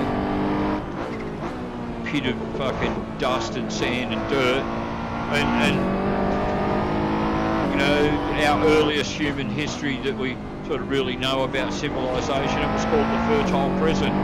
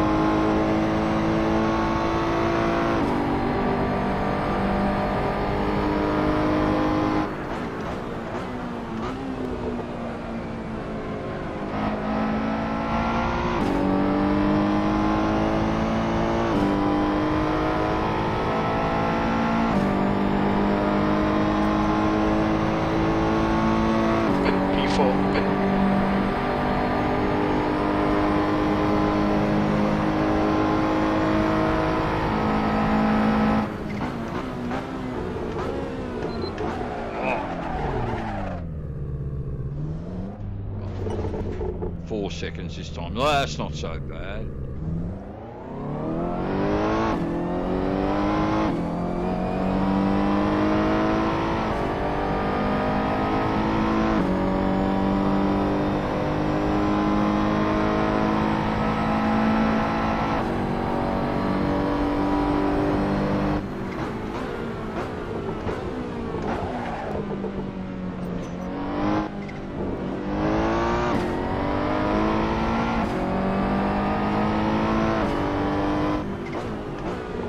Anyway, while I'm still rabbiting on about climate change, I'm sure you guys have seen them, these YouTube climate experts that make videos where they show a certain amount of joules of energy, and what they're doing is they're proving that it's not the sun. And, you know, and they come up with these arguments and mathematical calculations that show that, you know, it's the sun doesn't really like play a part. I'm like, no, hang on, no. We've got this thing called seasons, right? And depending on the tilt of the Earth, a certain amount of sunlight per square metre or whatever hits the Earth, and depending on the angulation of the Earth, and it's, you know, and it gives us summer and winter. I mean, and we're talking, you know, anyone with fucking any brain whatsoever knows the massive temperature differences between summer and winter. So obviously the amount of energy from the sun hitting Earth, how can you say that variations in the sun's energy and all of that don't make a difference, or even, you know, the primary reason for these things? Fucking dude. And then you've got the historical thing that during, you know, man's, apart from the 20th century, of course, that man's greatest sort of acceleration in success and prosperity, and that was during the times of classical Greece and the Roman Empire, times when the Earth was actually 2 to 3 15 minutes left. That's 15 minutes. Come on, stay focused. Apexes and exits. Apexes and exits. Than what it is now. So, you know, even if the temperature went up 2 degrees all around from what it is now, it would still only be the same as what it was in times of the Roman Empire, and the world didn't fucking end.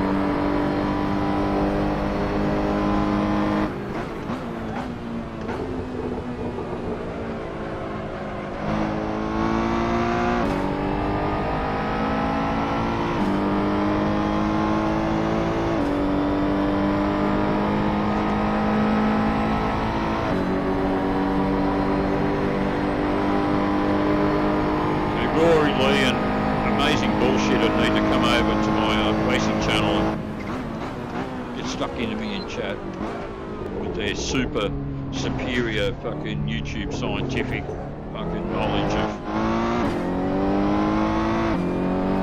You could tell bullshit wasn't.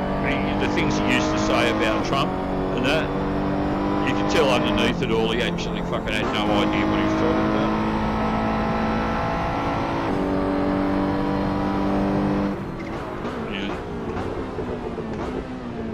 His idea of what really goes on in the climate was driven by his political affiliation,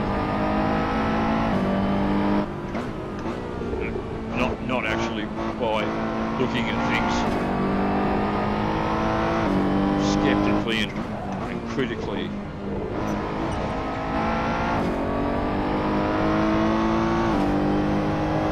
know, I had one of these fucking clowns come on and basically said, I know climate change is real because when I was a young fella, you know, I always used to have to wear a coat in the morning, like when when I went to school, and I live in the same area. I've been making the same trip, and now, isn't it? I don't have to wear a coat anymore. What the fuck are you on about?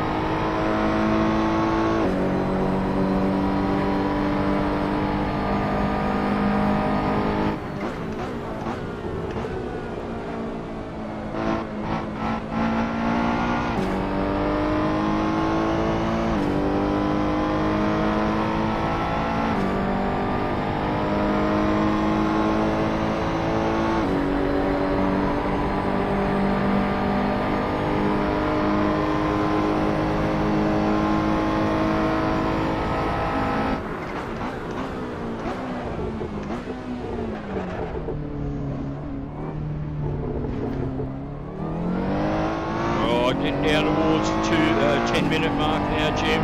Not far to go.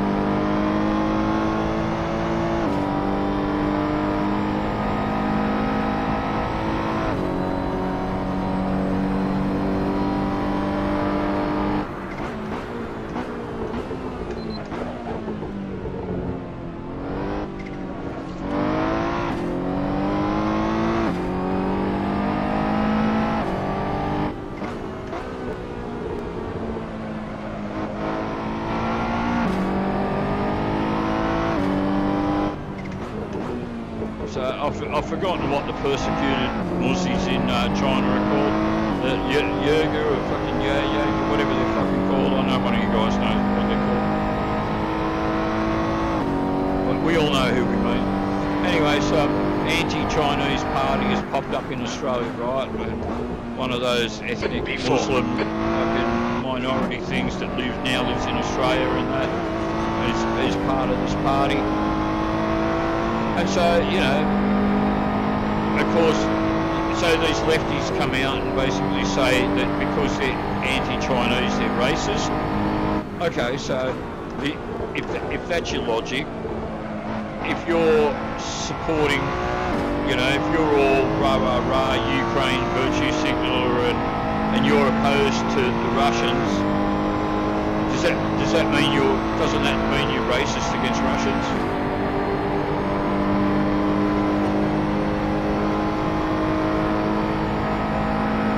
Just because you don't want the fucking Chinese stealing all your baby food and sending it back to China and leaving the babies here with nothing, it doesn't mean you're racist.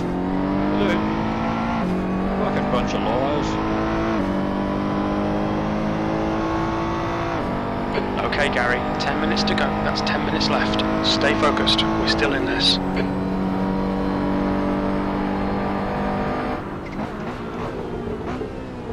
Anyway, we know all the lefties are racist anyway, because, you know, they hate white people. Constantly going on about, you know, white males, white straight male, gender bigots, race bigots.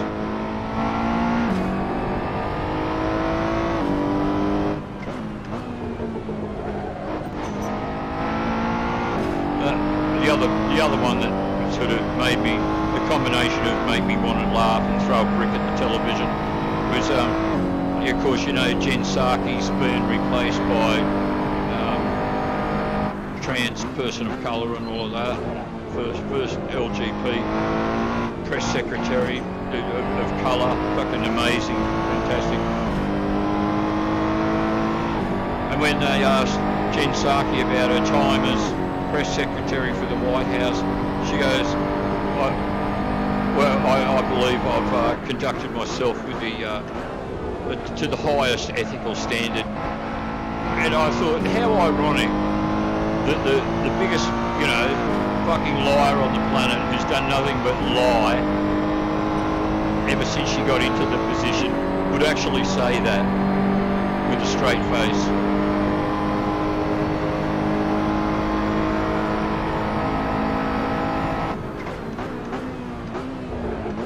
I mean, she really is one of the great professional liars of history of all time. Blue flag.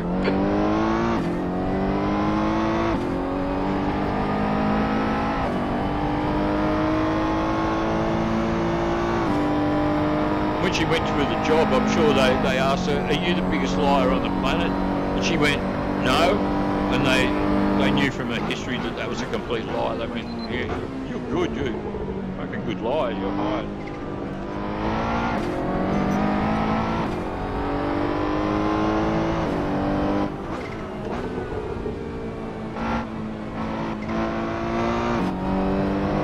What's the gap ahead, Jim?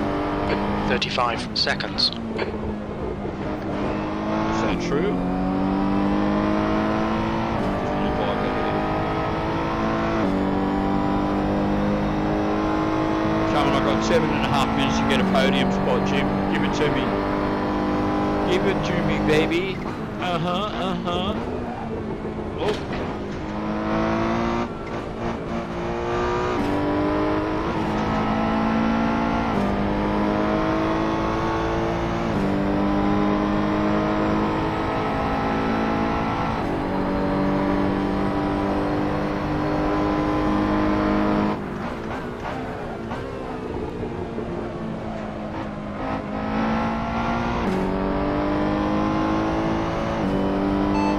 What's the gap ahead, Jim? 36 seconds. I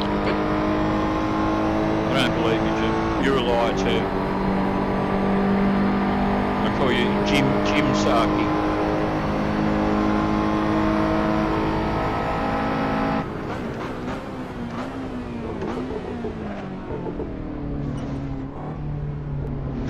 What? Who's behind me? The guy in first again. He's going to lap me again before the end of the race. He's good. He's good, this guy.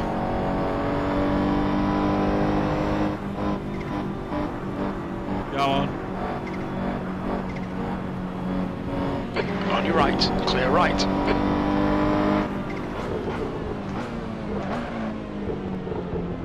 Don't worry, mate. I won't run into the back and ruin your race. You're only 6 minutes away from glory now.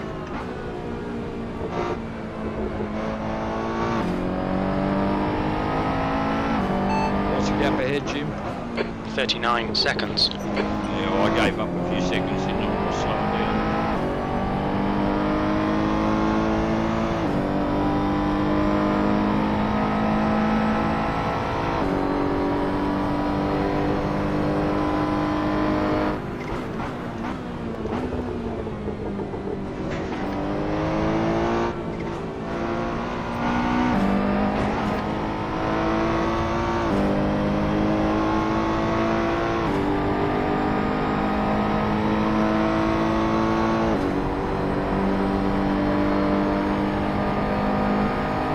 Alright, Gary, 5 minutes to go, 5 minutes left. Got all juddery for a moment there, Jim, but seems alright now.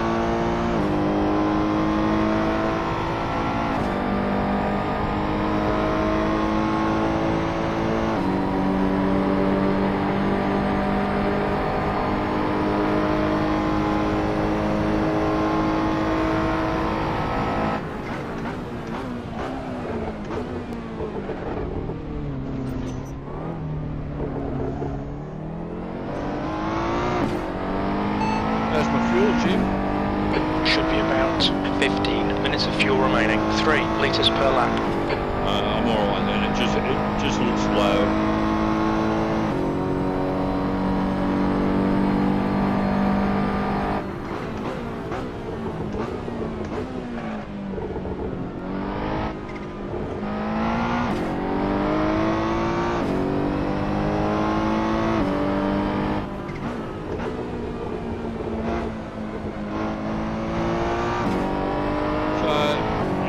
I started in 8th of 9 or something. I was in second last off the grid, if I remember correctly. So I've actually gained 4 spots. Okay, I didn't earn them the hard way, but still.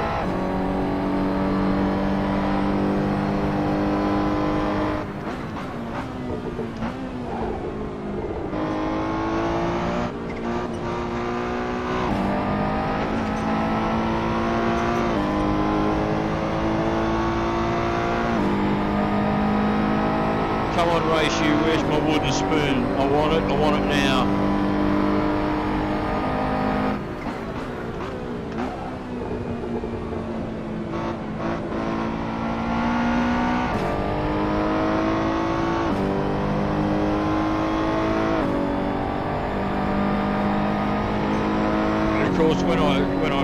billionaire and I offer this prize money as an incentive for people to join Race U, I'm gonna offer some, you know, lower order prizes as well, novelty prizes like, I don't know, the drummer from Def Leppard's missing arm. Right? You can win that if you get home in 7th or something.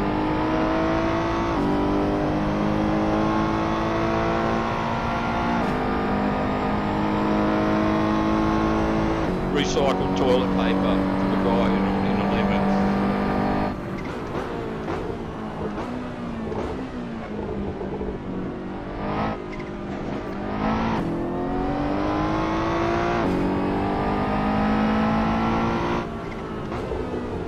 Two minutes to go, 2 minutes. 500 completely flat AAA batteries.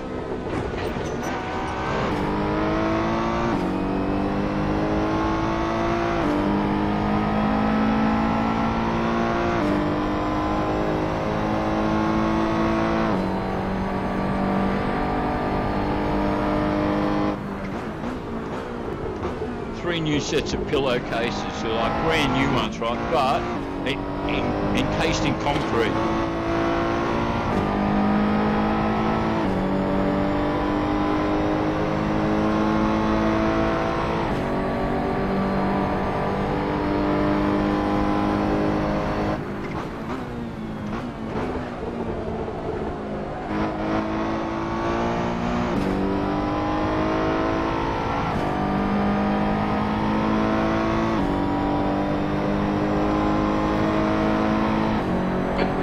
To go.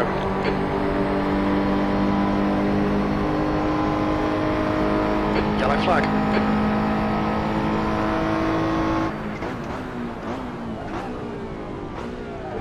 Incident in Curva Grande. It looks like it's Costa. Who wouldn't want a new set of pillowcases encased in concrete?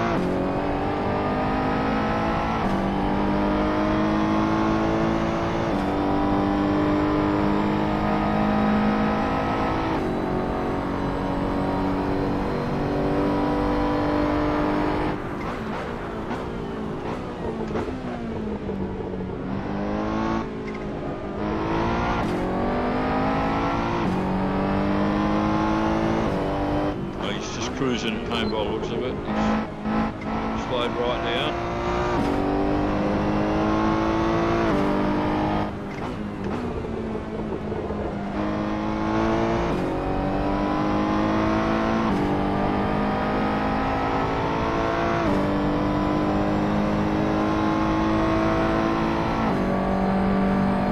Well, you know, I did this pre-stream video and made it out like it was going to be this, you know, fabulously exciting thing, and it's actually, I'm sure for you guys, it's turned out to be incredibly boring. Just not that many guys in it. Oh, I'm overtaking the leader. Oh, how exciting! Okay, excitement's over. Managed to, you know, regain my composure. Okay, Gary, you've got 10 minutes of fuel remaining. Irrelevant, Jim. That's irrelevant, Your Honour.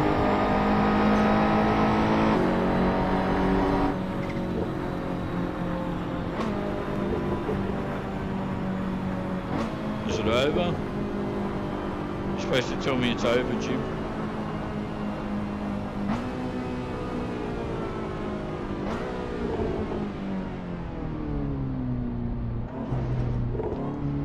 Oh man, home in 4th. Oh, I just missed out on a podium spot. Oh,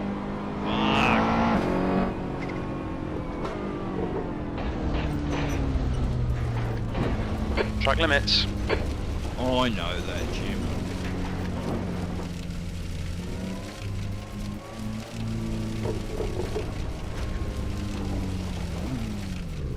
Alrighty.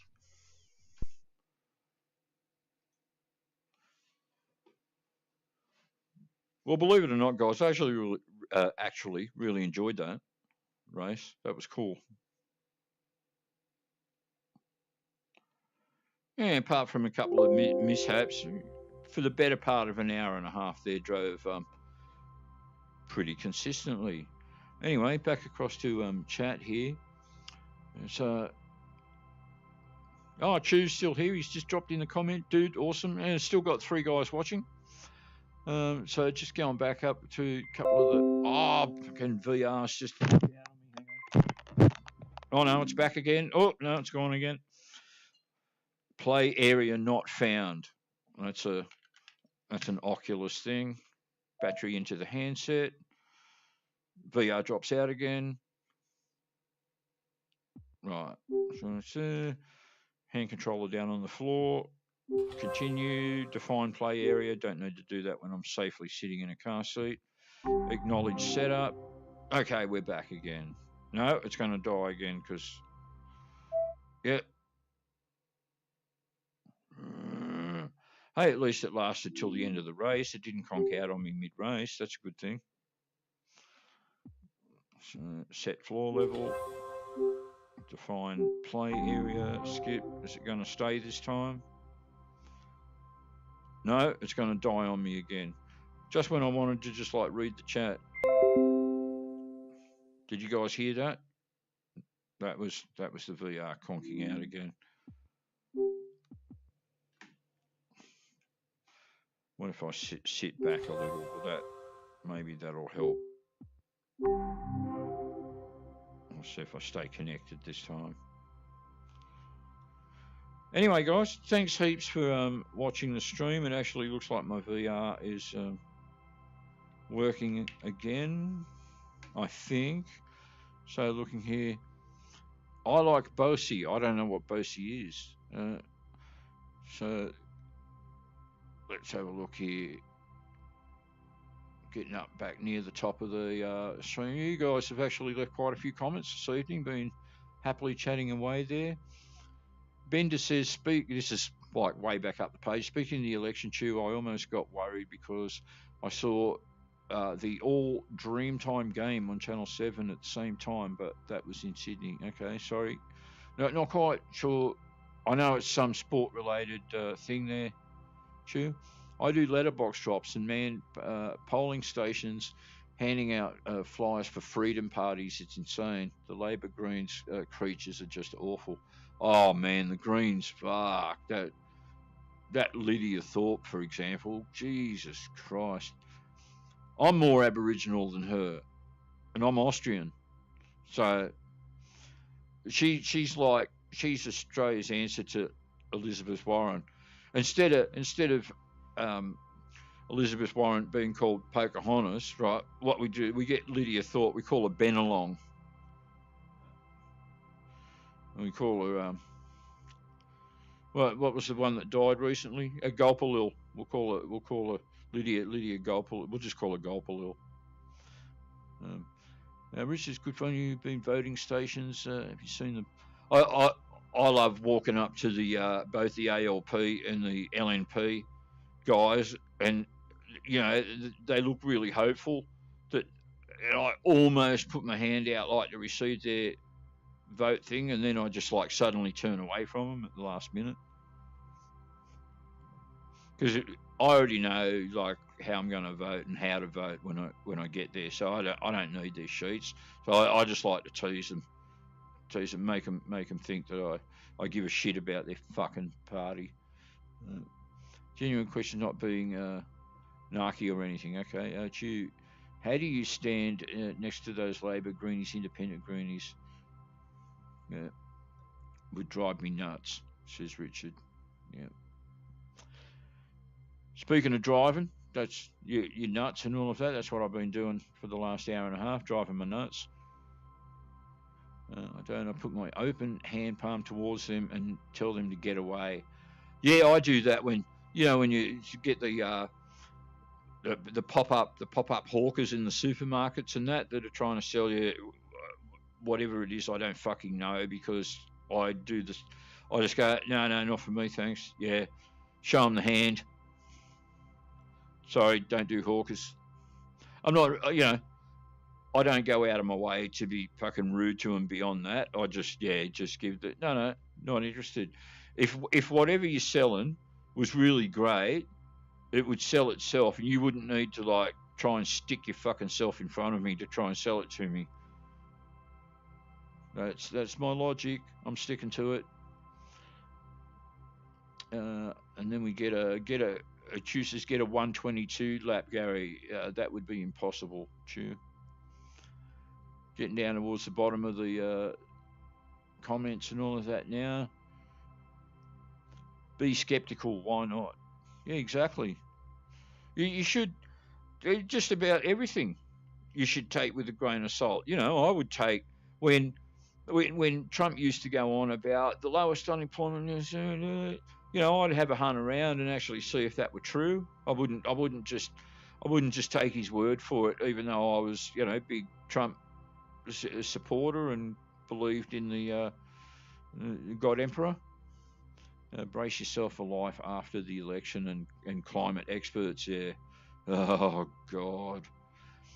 And then Chu says he hung Parliament. I don't think it's going to be a hung Parliament. I'm really bad at predicting these sorts of things because, you know, I think I made a few videos happily boasting that Trump was going to win in a landslide, which in reality he actually did.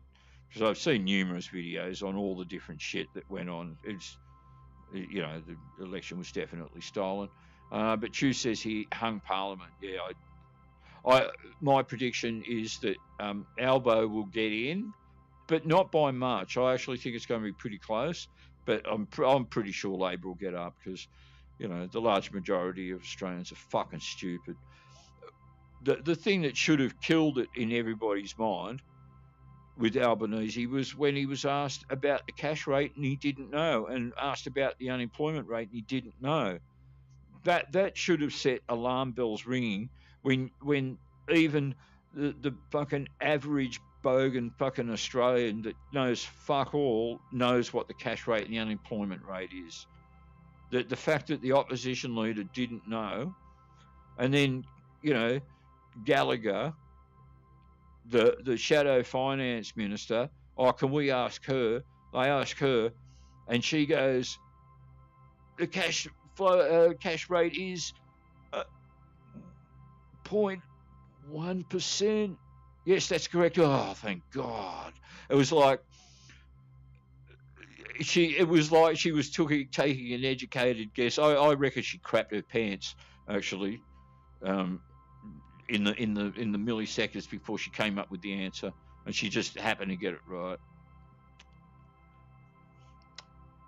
It's going to be bad, mate connections, friends. Looking forward to next Saturday. I don't know. Yeah, I'm kind of with you there, Richard. It's kind of fun going down to the polling booth, but it's kind of annoying at the same time, like that you have to do it. But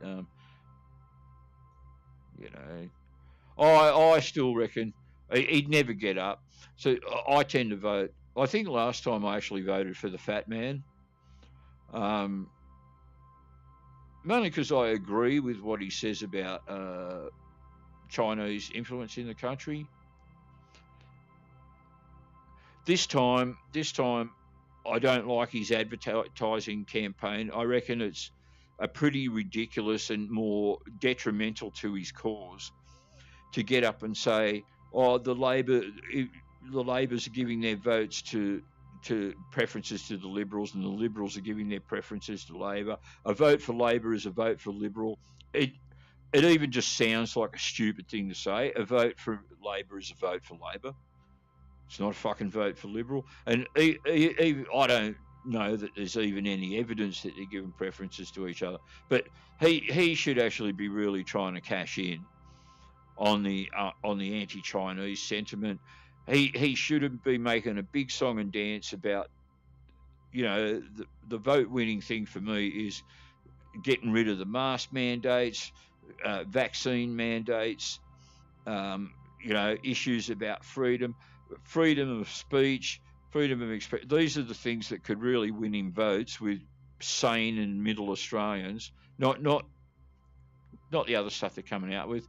In that regard, you wouldn't want to give him your vote this time around because it's like you don't know what they're fucking talking about. Here at the last thing, Chu goes One Nation. Yep. Yeah. Pauline's got her head screwed on, fucking right way round. The only thing there is they haven't really seemed. It's like they've got no money. I haven't seen a single One Nation ad. They're putting nothing into getting into the hearts and minds of Australians. So I'd predict that this time they're going to go backwards, which is a real shame because at the last federal election they made considerable gains, particularly in the Hunter region in New South Wales. I believe they picked up quite a number of seats there. But prepare yourself for living outside the system we have now. Oh man, the system we have now, Jesus Christ. I yearned for the Australia when I was young. Not only was it better political time, I was so much better looking back then. But I didn't have sim racing, so I guess I'm happy in the present. Try the green scum. It's they're full of shit. And the other thing that really bugs me about the ALP at the moment too, and their promises is they actually don't have a fucking budget that works properly. But they get up there and go, "We're going to raise the government says that ScoMo says, we'll increase wages by 2.5%, and Labor Albo just comes out and goes, oh well, then we'll raise it by 5.1%. No, you fucking won't. You're just saying whatever you think you can say to get elected. Labor can't fucking manage the economy properly. They're too socialist. Everything gets bogged down in red tape. Nothing's efficient, and I guess one of the things I'm not gonna vote LNP anyway, but they're better financial managers, and Australia's got this image that they just look after the big business and fat cats and corporations. But you have to realise that businesses have to be looked after because they're the ones that employ the workers. You can say, we look after the workers or we look after the common guy, but if you don't look after the business, those common people don't have a fucking job because the business has caved in and collapsed. You've got to look after the business because the business ultimately employs the employees. So trickle down, because there's no such thing as trickle up, because that defies gravity. Anyway, guys, I'm going to leave it there. So much appreciate you guys staying up late. But yeah, let you go off and get some sleep now.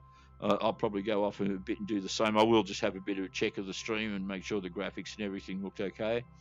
Yeah, that's right, you vote freedom parties. They're the ones, and they should have really, as I said before, played that hard. That was a vote winner because everyone hates the fucking mandates, and you can see now that they're ignoring it.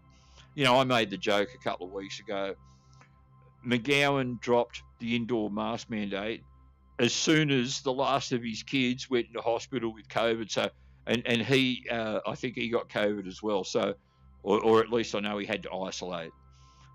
It's like, and I said to somebody else at the time, you notice that now that McGowan's family, so COVID's gone through his family, he doesn't give a fuck anymore. And whoever it was that I said it to, I can't remember if it was one of my work colleagues or actually a customer that was brought it up.